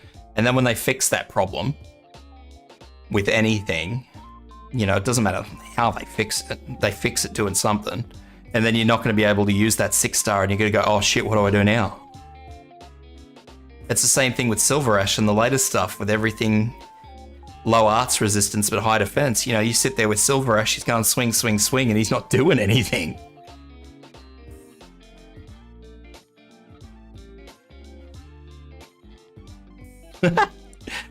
I like Ciobi because she's versatile, because she has both physical and arts abilities.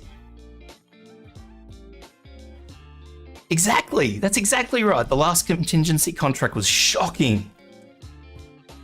And you know, I watched a couple of guides, right? Because I'm always curious about what people are doing. I make my own guides. So, you know, I usually do my clear and then I'll just check out everybody else's. I didn't actually do one for this contingency contract because I was busy, but everybody's going, oh yeah, let's use Serta to clear out those guys around the flag bearers, you know, because you couldn't use Yafiala, for example. So everybody's like, oh, you just drop in Serta here and Serta goes blah, blah, blah, blah, blah. I'm like, fucking Serta? I just drop Helliger in there and he does the job better. I just leave him there. Serta can kill 2 of them. Helliger can kill 2 of them. Because he doesn't die. He just keeps healing himself back. Meanwhile, everybody's going, oh, single drop Serta. Single drop Serta. No, fuck that. Don't have time for this shit. Don't have time to use the novelty of the month. You know? So yeah, in many instances, a lot of these U-Butte operators that everybody talks up, They are great, but they're not the best you can use. Like I said, in my opinion, in the last contingency contract, Helga was far superior to Surta.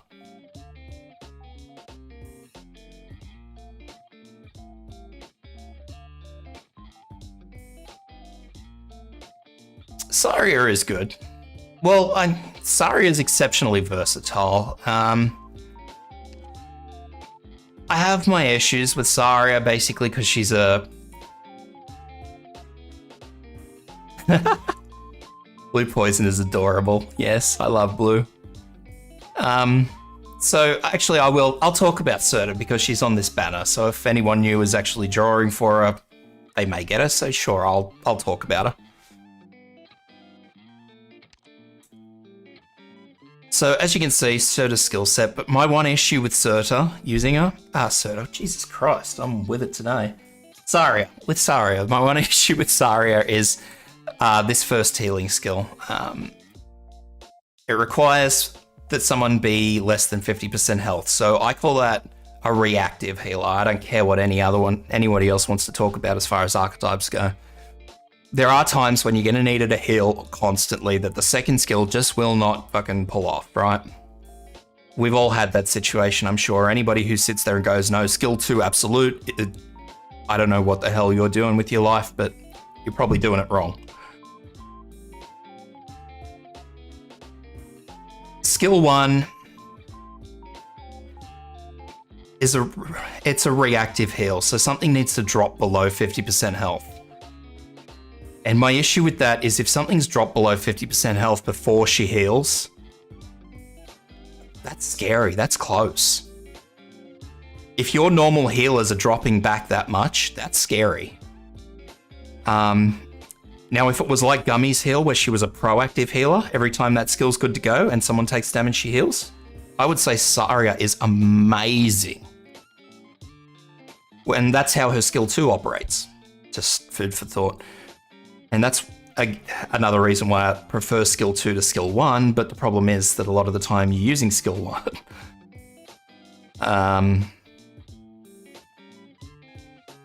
I'd long argue that if a defending healer comes out that's like Gummy, you'd probably never use Saria again, I'm not gonna lie.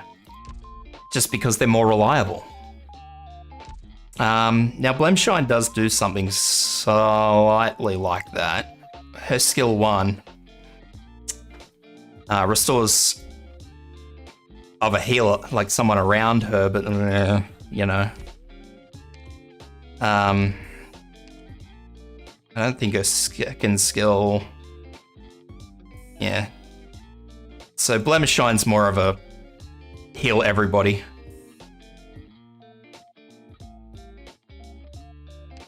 I mean, yeah, as I said, I mean, this is just my opinion, but it's just the way I prefer it to be. I just like the proactive healer that's like, oh, you're damaged, yeet, health, you know?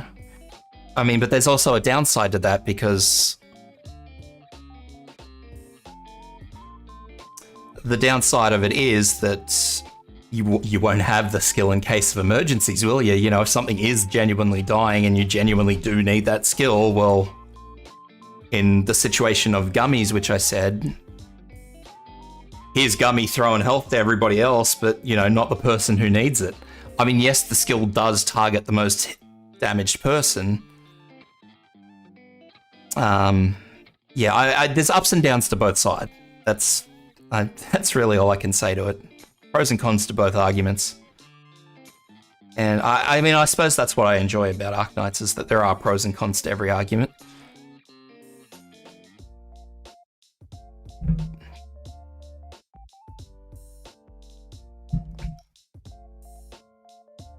But no, you are right. Saria is a fantastic defending healer.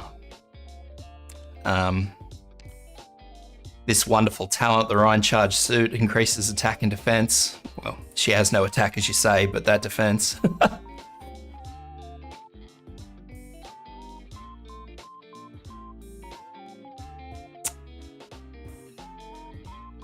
Yeah, the SP battery charge is amazing. Saria is really, really versatile, but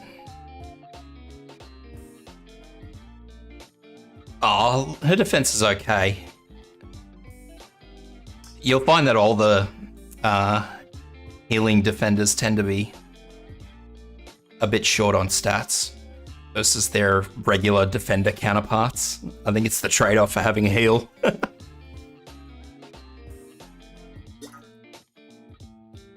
I don't actually know what that buffs it up to. 5% 5 times. Oh no, it's 4% 5 times. Does that change? Burst talent, yeah, it does.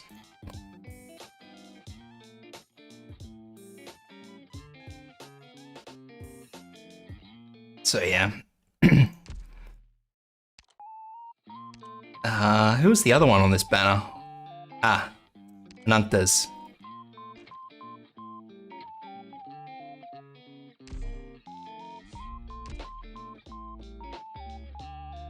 And see. So I'll touch base on Arknights as well, seeing as how she's on the banner, and I'm doing this for new players. Where are we?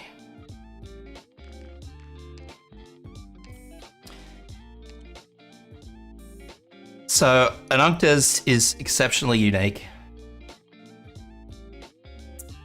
as a tank. She only blocks one target, except when you're using her third skill.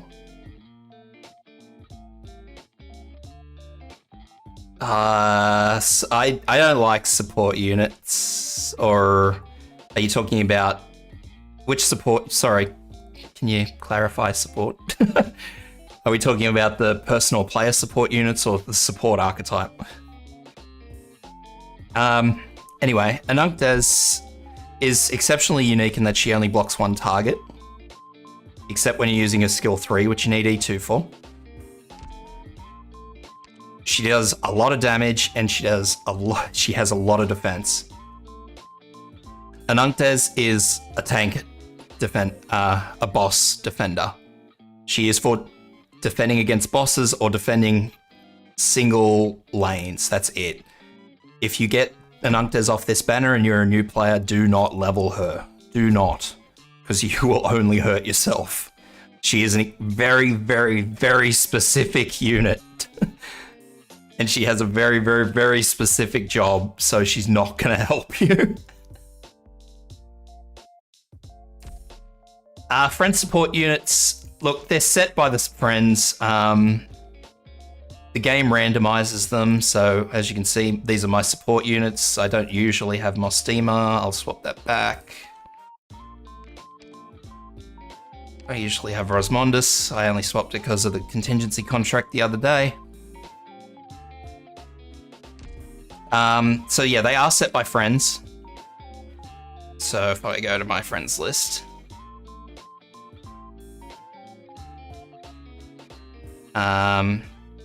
so each player sets their own, as you see.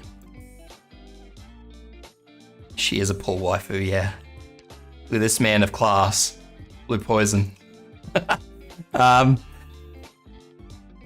Yeah, they are selected by friends, and unfortunately they are a bit wonky when you're actually pulling for supports. So it sort of shows up, I think. So all those 3 rows, I think, will be your friends' friends. So the people on your friends lists units. Randomly selected, you don't actually have a say in what shows up. And then these last 2, these recommended ones, they're people that aren't on your friends list. And at the end of the fight, I believe it asks if you want to add them to your friends list, and if they've got space, yeah. So you get 10 refresh attempts a day, and I mean, if you're looking for something specific, so if you were looking for my friends, oh, I don't know. If you were looking for my Rosmondus, for example, you just have to keep refreshing and hope it pops up. Yeah, it's wonky, it's not great. I kind of wish that the game is just like, here's your friend's support units. Yeah, pick which one you want. So yeah, I can't really help you in regards with that. It's a wonky system that I don't really agree with. 2 blue poisons today.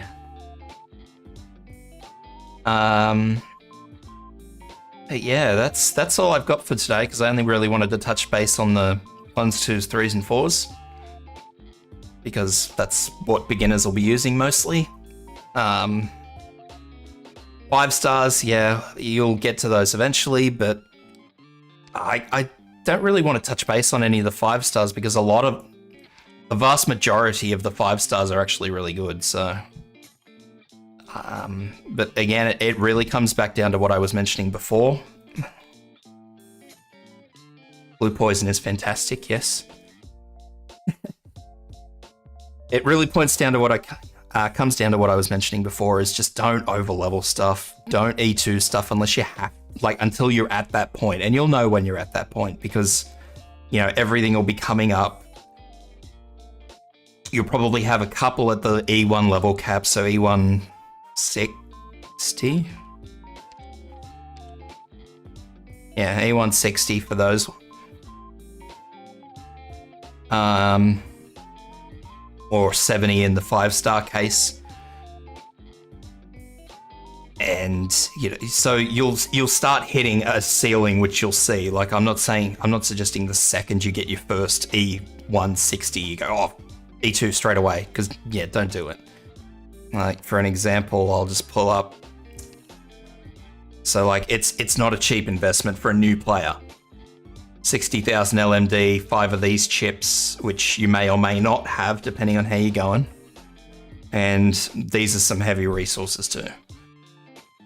Forever farming these resources. Some of them, you have to actually farm the lower value item to get the bigger value item, because it's just so cost ineffective to farm for the larger item. So yeah, here you go, the rocks. Forever rocks. So for Ori rocks, for example, you actually have to farm the next item down to get these, and I think the transfer rate is like 3 to 1. So it's not a cheap investment to go to Elite 2, and you've got to remember that as a new player. Like, you don't want to stitch yourself up, especially if your operators aren't at this rank 7. I know I saw one somewhere. Where are we? So, okay, here we go. Podenko for rank 6 to rank 7. So, yeah, okay, Ori rocks again, and 4 of these blue books, which are the 3rd stage of the blue books. So you may not have those, for example. I'll do that now so I don't forget about it, because she's on the list to go up. So starting off, you know, you look at it and it's like, oh, that's really easy, and I'm glad I've actually found someone that's a low level here. So we go, oh, okay, here's the next one, and then you go devices. Well, how many people are short of devices? I know a couple. And that's... I kind of wish I actually had... there we go. I'll do this meme.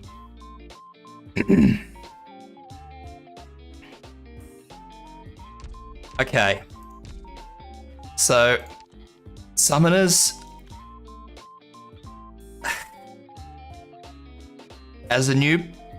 For new players, I would never suggest a summoner. I would never suggest a summoner to a new player, because it adds, again, a whole nother level of trouble. So, summoners, always, their deploys always count towards your deployment limit. So you can only deploy, I think it's 8 operators. I may be wrong. Unless something else is in effect. So we're just going on our base, normal stuff here. So each one of, say, Deep Color's tentacles, for example, takes up 1 deployment slot. Now that's not on your deploy, so I'll actually do something real quick for you guys. I'll roll this back. Where's? I think it's 1.7 actually. Yeah. Don't want auto. So I'll trash. No, I won't trash that group. I'll trash this group. So.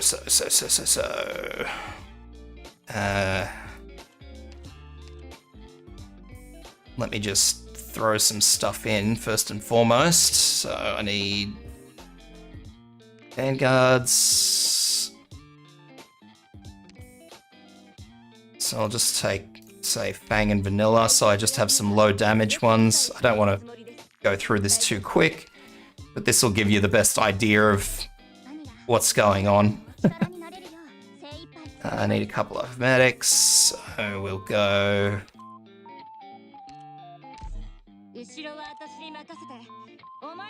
Actually, I won't do that. Where's my quick select? I need to do that. So I'll take... I'll take these two. And then I want a supporter.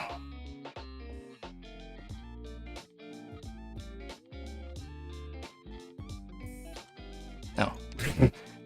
Like, where is she?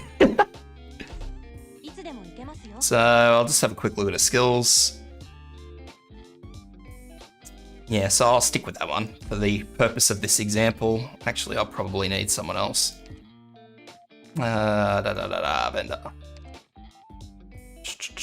There we go. You'll do. So the big issue is, as I said, they take up deployment slots. So not there where I was showing you guys. So yeah, the unit limit is 8, for example. I think they come out of the top lane first, so we'll just...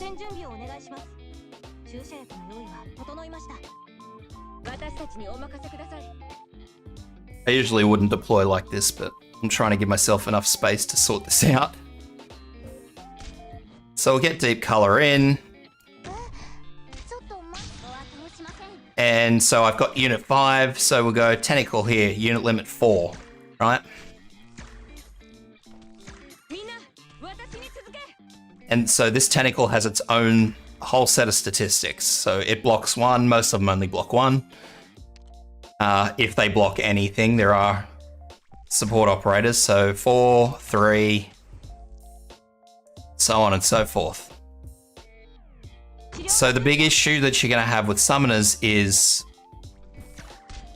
are they going to impede what's going on? So in a regular scenario like this, you're like, oh, okay, so we'll get all of them in. Oh, I need a tank somewhere. So let's say, I don't know, vanilla leaks, for example. You go, oh, I need a tank. I don't have a tank.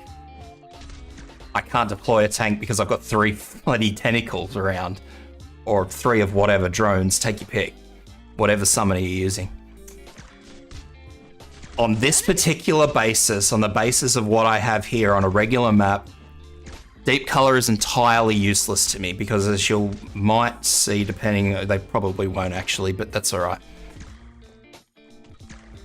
Because I'm taking up my deployment slots. Like these 3 tentacles, I could be using Armia, I could be using Fang's in there, Yato, I could be using a number of 3 other operators. Or 4 if I were to deploy all of my tentacles, right? So on the flat basis of what you've got at the moment, summoners are horrible, they're wretched.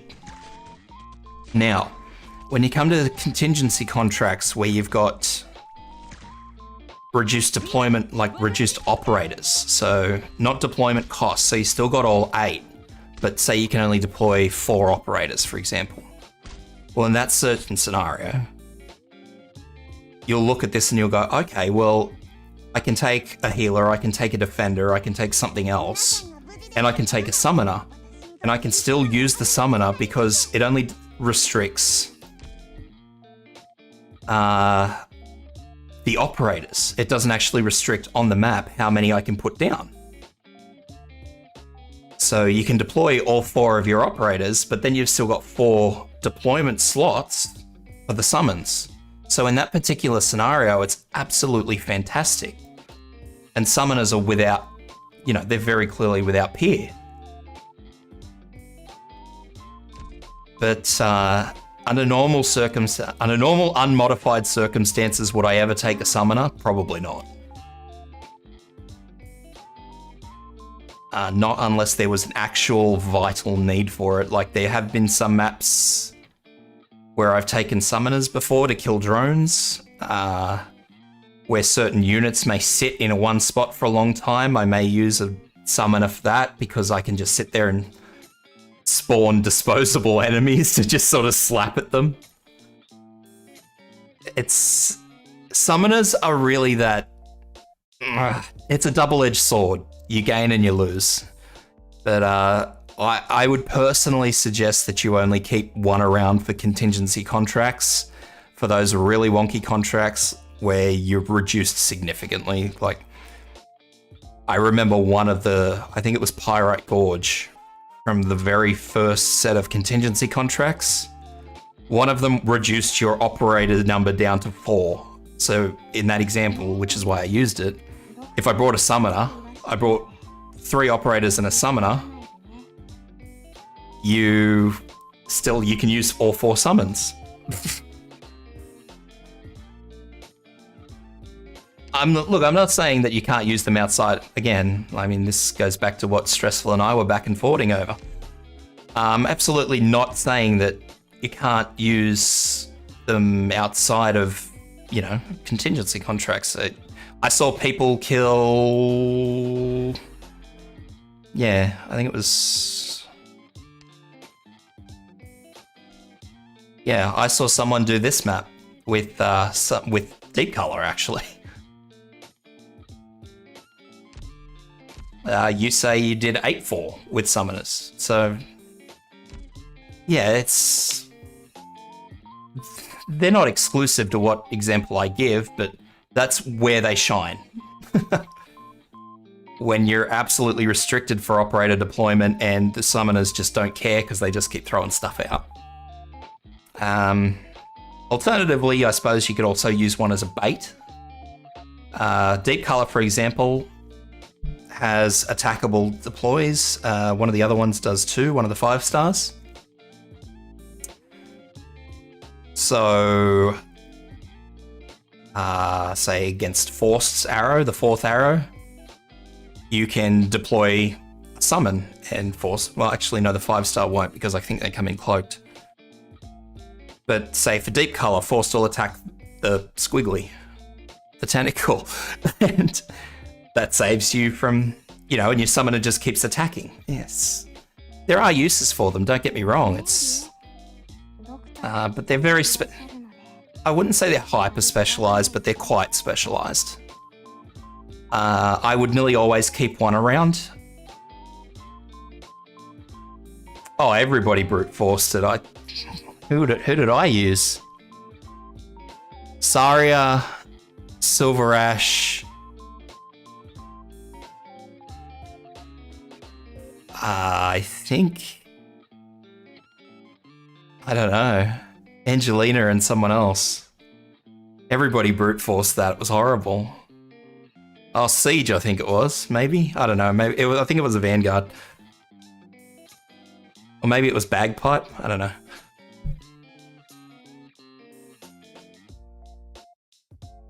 Yeah, that was rough. But yeah, I would consider definitely you having one summoner at least. You may not always use them, but having them is useful. Scene's the other one. I used Scene in that thing where they just gave us operators, like you just had a lucky draw. And I'm not going to lie, Scene summons were really good. I have a friend who uses Maya, for example. I know he loves Maya. But for newer players, I mean, you can't go too wrong. For your one summoner, just use Deep Color because she spawns tentacles which can be attacked, which is... I don't think Maya's actually attack. I think they just blow up, don't they?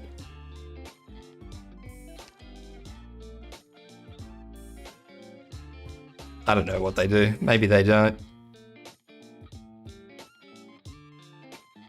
Oh, I suppose you can use Maya. Maya's are just... Yeah, they don't look too bad. But Scenes, I think they come in... Pretty sure they come in cloaked.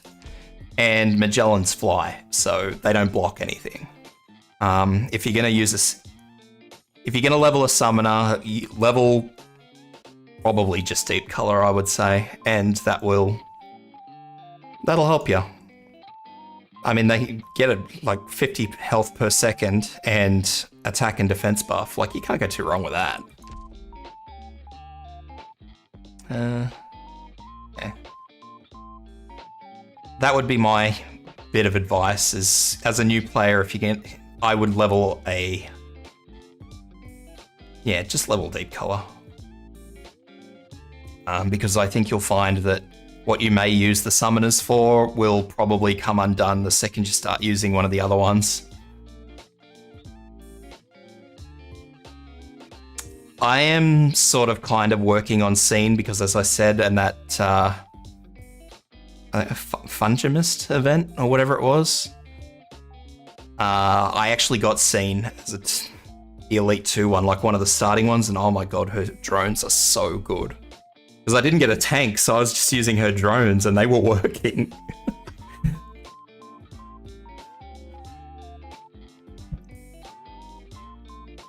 They were tanking heavy enemies quite well.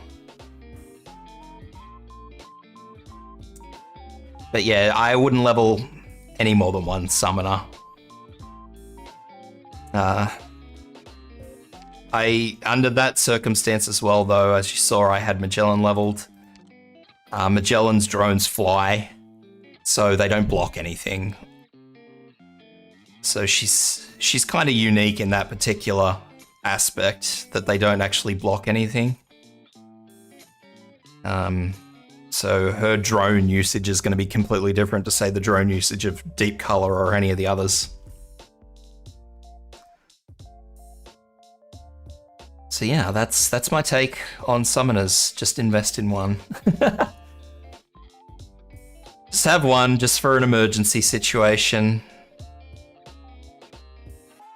Even if you're just sitting it like right in front of your tank and it's just attacking stuff that's there. Doesn't really matter, does it? That's it. That's... 6 stars hurt. 6 stars absolutely hurt. Which is, again, why I keep reinforcing the whole do not E2 your 6 stars straight away if you get one. Just keep them in line with everybody else.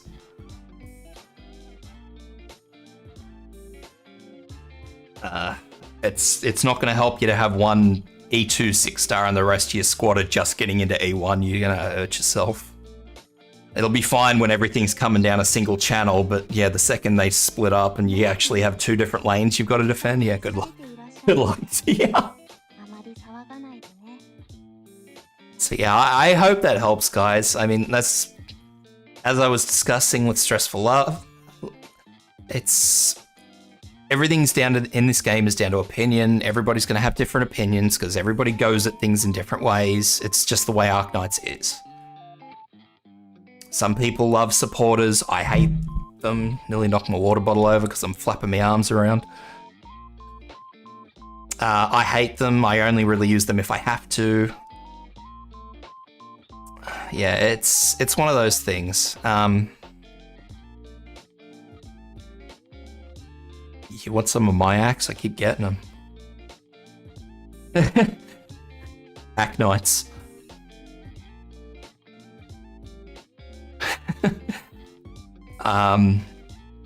So start with your 3s and 4s. Get a feeling for what you like to play, how you like to play in the game. There's always going to be that one map that really has a generic way to do things. You know, it's the one map that everybody probably hates unless you're that one person who builds for it.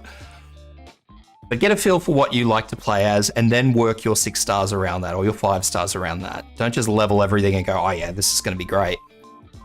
Because again, you'll end up hurting yourself. You'll take months out of your gameplay, you'll get the shits with the game and, you know, you'll just want to throw it. So take your time, level your 3s, level your 4s, keep everything nice and steady.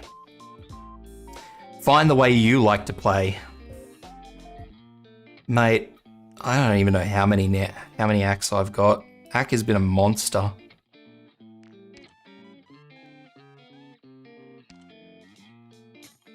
There you go. There's the results of my Nyan banner.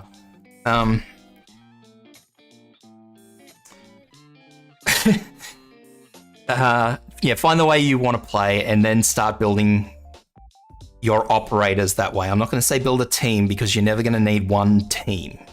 You're always going to need several. So yeah, use that sort of pyramid system I said. Build up a core of the operators that you always use. So like, I nearly always use Liscam. So Liscam is one of my top, even though she's level 5. Even though she's a 5-star, she's still one of my higher level tanks.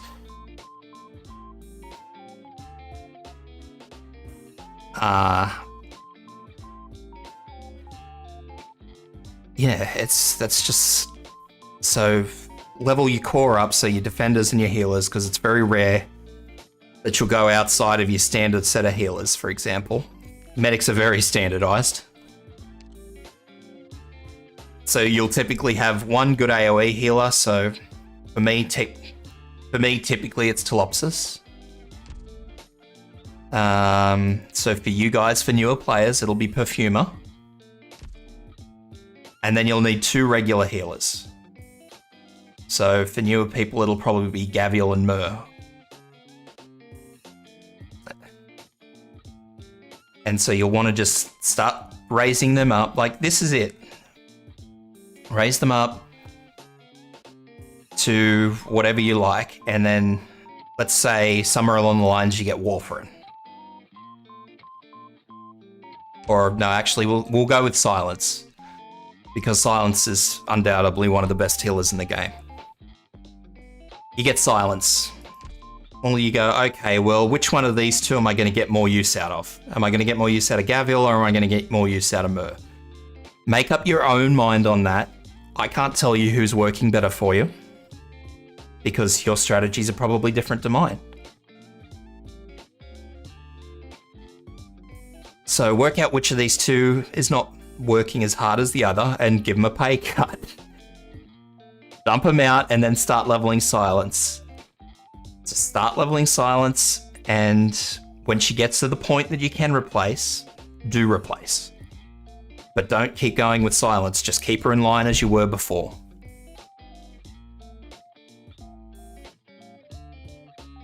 Yeah, there are a lot of 5-stars that are just, you get them and you use them, full stop.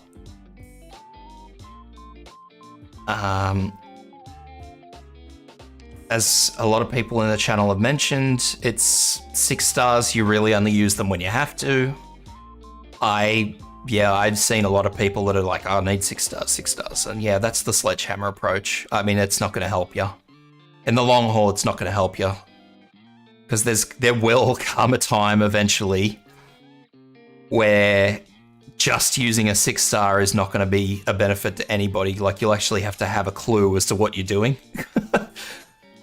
You'll actually have to understand mechanics, and throwing 6-star, silver ashing it or surtering it's not going to fix the problem.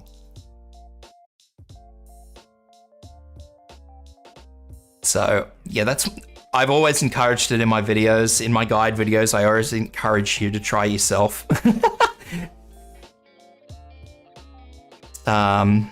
Give it a go yourselves. Get a feeling of your own way of playing, because everybody has everybody has their own play style, and that's understandable. And yeah, just start working your way up with what you're comfortable using, with what works for you. And most importantly too, if people sit there and tell you that, X is better than Y, don't always listen to them, because a lot of the times that when people tell you that X is better than Y, Operator 1's better than Operator 2, it may not fall into line that way with how you're playing. During my guides, I've had a lot of people suggest using something, and I've thrown it in and the whole thing's toppled apart quicker than it did before, just because it doesn't work with how I play. So that's something else to keep in mind. Another thing to keep in mind, which I've stressed in every game I've ever played to people and given guides to,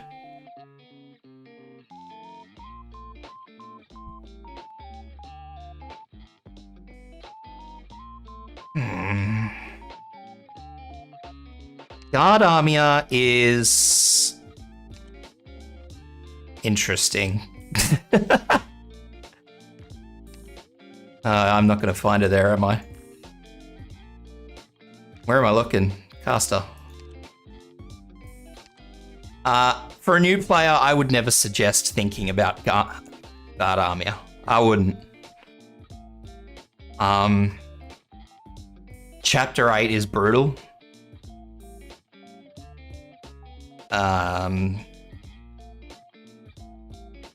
So considering Guard Armia is probably not in your best interest as a new player.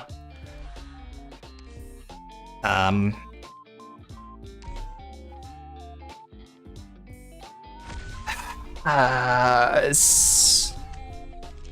mean, at that point in time for new players, you're probably looking at Moose anyway, as opposed to Guard Armia.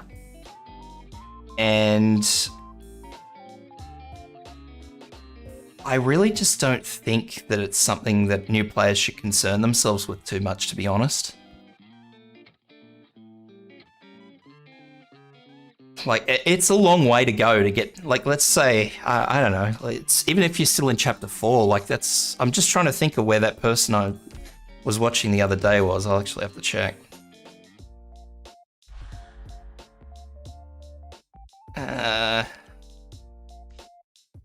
No.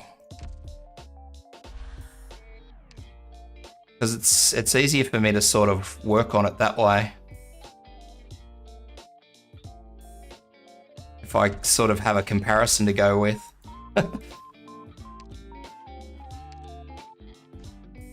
That's where I was.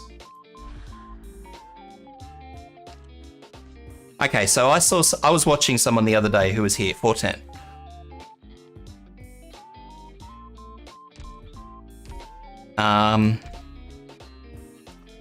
So let's say you're working on 410. I mean, yeah, Shirka's got the right of it. Your Armia. Oh, okay. Well, there you go. Who am I looking for? Guards.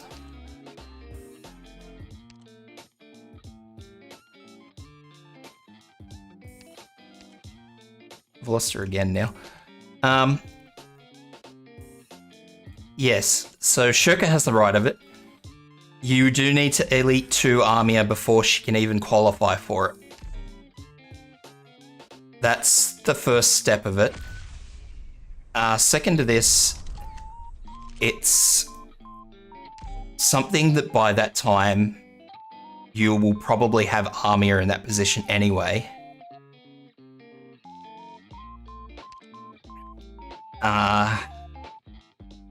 Yeah, you'll have Armia in that position anyway, so I wouldn't push it. You should be leveling Armia anyway. She is one of the best casters in the game. She's one of the most versatile in the fact that her skill 3 does pure damage. Or true damage, whatever they've changed it to. Pure. So Armia always has a use. She's, as I said, if you're not being situational, in which case Haze is better. But excluding said exclusive situations, Armia is always going to be the better caster. Her only real opposition is Yafiala, who is, you know, a very big jump up from Armia. But yeah, I really wouldn't say that you'll be without Armia. Like, you won't, I wouldn't imagine you'd have to prep for Armia. Especially at chapter 611. She'll get there. By the time you get into chapter 7, like late chapter 7, not just straight in, you'll probably be looking at starting, you know, you'll be pushing through more Elite 2s. So Armia will undoubtedly be one of those, and yeah, you'll get there. Would I, you know, push that E2 straight away as a new player? God, no. She's not a 6-star, but, you know, she still takes dual chips, and dual chips are still expensive for new players to come across because you've got to stop farming for everything and farm for chip catalysts. So, that's Yeah. I'd say she'll get there. And I mean, it's not until really late. So JT 8-2 where you actually need her. So I think this one's the prerequisite. Yeah, Elite 2 level 30. I mean, coming into this is Elite 2. And some of these Chapter 8 maps just have really, really wonky, difficult mechanics.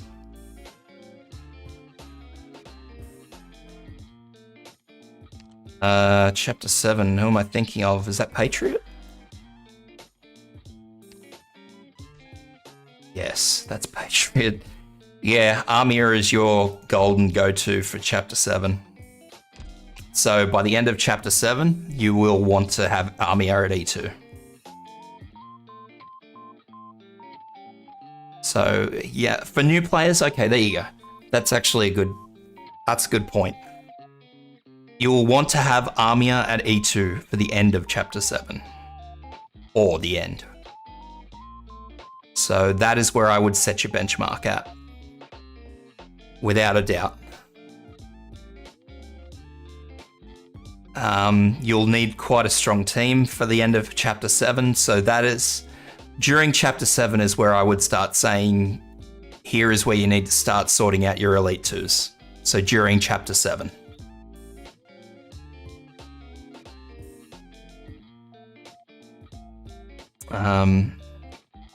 Because I'm pretty sure I've seen some really wonky tactics of people going through this Chapter 6, I'm not going to lie.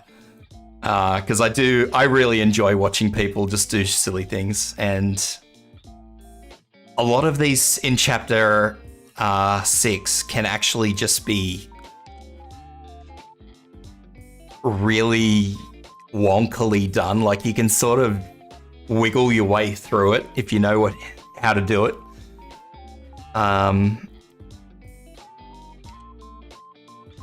Yeah, like there's some new mechanics you kind of need to adjust to, but once you've adjusted to them, you can wiggle around them. So yeah, by Chapter 7, because of how rough end boss is of Chapter 7, I would start suggesting that, especially seeing as how walking into it, it's Elite 1 level 70, the recommended.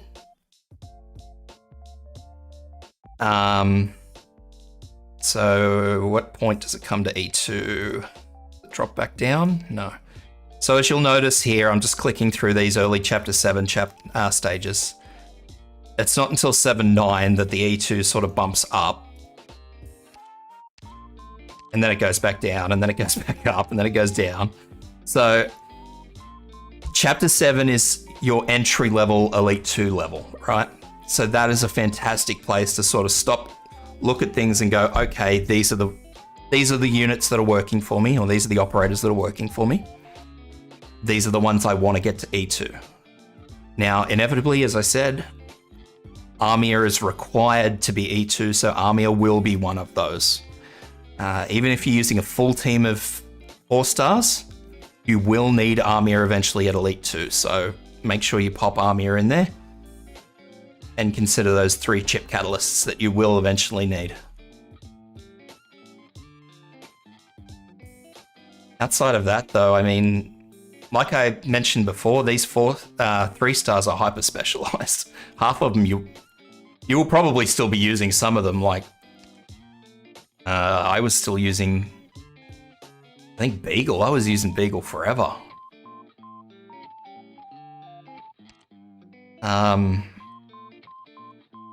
Yeah, I had Nian, I had Hoshiguma, I had a whole heap of like 6-star operators.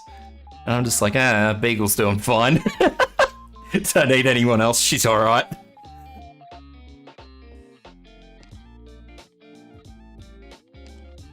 I still use Gummy, Gummy's a 4-star. People swear by Cora, she's a 4-star.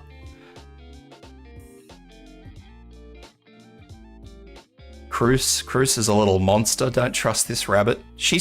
Cruz is the rabbit from Monty Python, Holy Grail.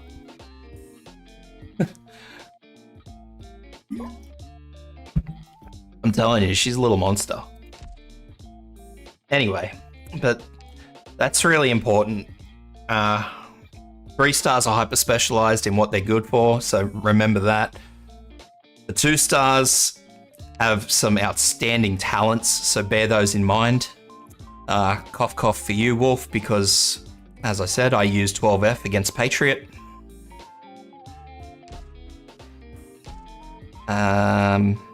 Yeah, it's worth just being mindful of what your operators can and can't do. These little ones, be mindful of those. Because a lot of people are just like, 2-star units, because, you know, you get thrown all these 3 stars when you start the game.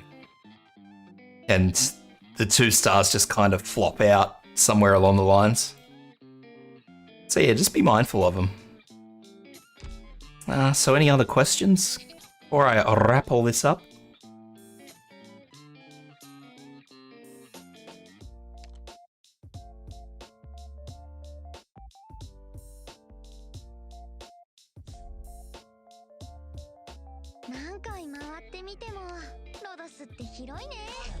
All good? Done?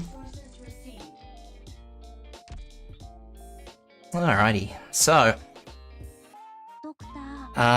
if you did come in late, look, this video will be uploaded on my YouTube channel. There should be a link on my Twitch page somewhere up the top, I think.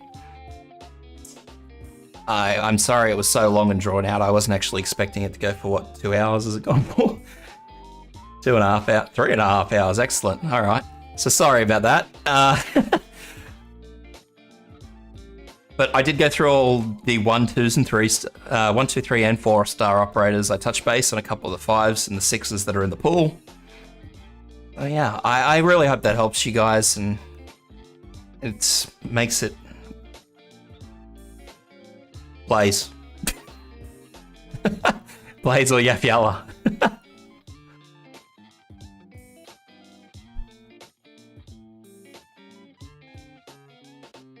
Nah. It doesn't, yeah, it doesn't, you'll ask a dozen different people and a dozen different people will give you a dozen different answers. Yeah, Saria's fantastic, Angelina's fantastic, Yafyala's fantastic, Blaze is fantastic, Silver Ash is fantastic, and the new boat is Serta, so...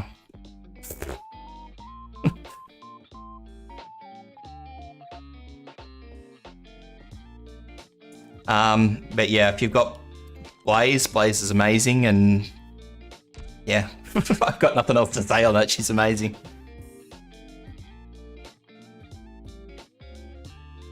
But yeah, typically Blaze is my go-to when everybody asks me, because Blaze does a bit of everything. She can tank if you need her to, she does damage, yeah. I mean, if you take everything into consideration, I would say Blaze is probably the most versatile of the lot. That's my opinion. Yeah.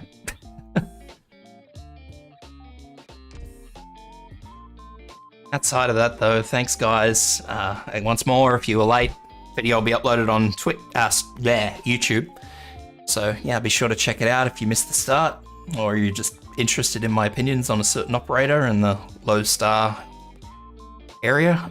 And yeah, I hope you guys found it helpful at the very least. So have a good day, guys, and I will be back tomorrow. I'm not sure what I'm doing tomorrow. I'm trying to get the original Quake working, but I don't want to commit to that. So if you like this recording, like, subscribe, follow whatever platform you're on, and yeah, thanks for tuning in.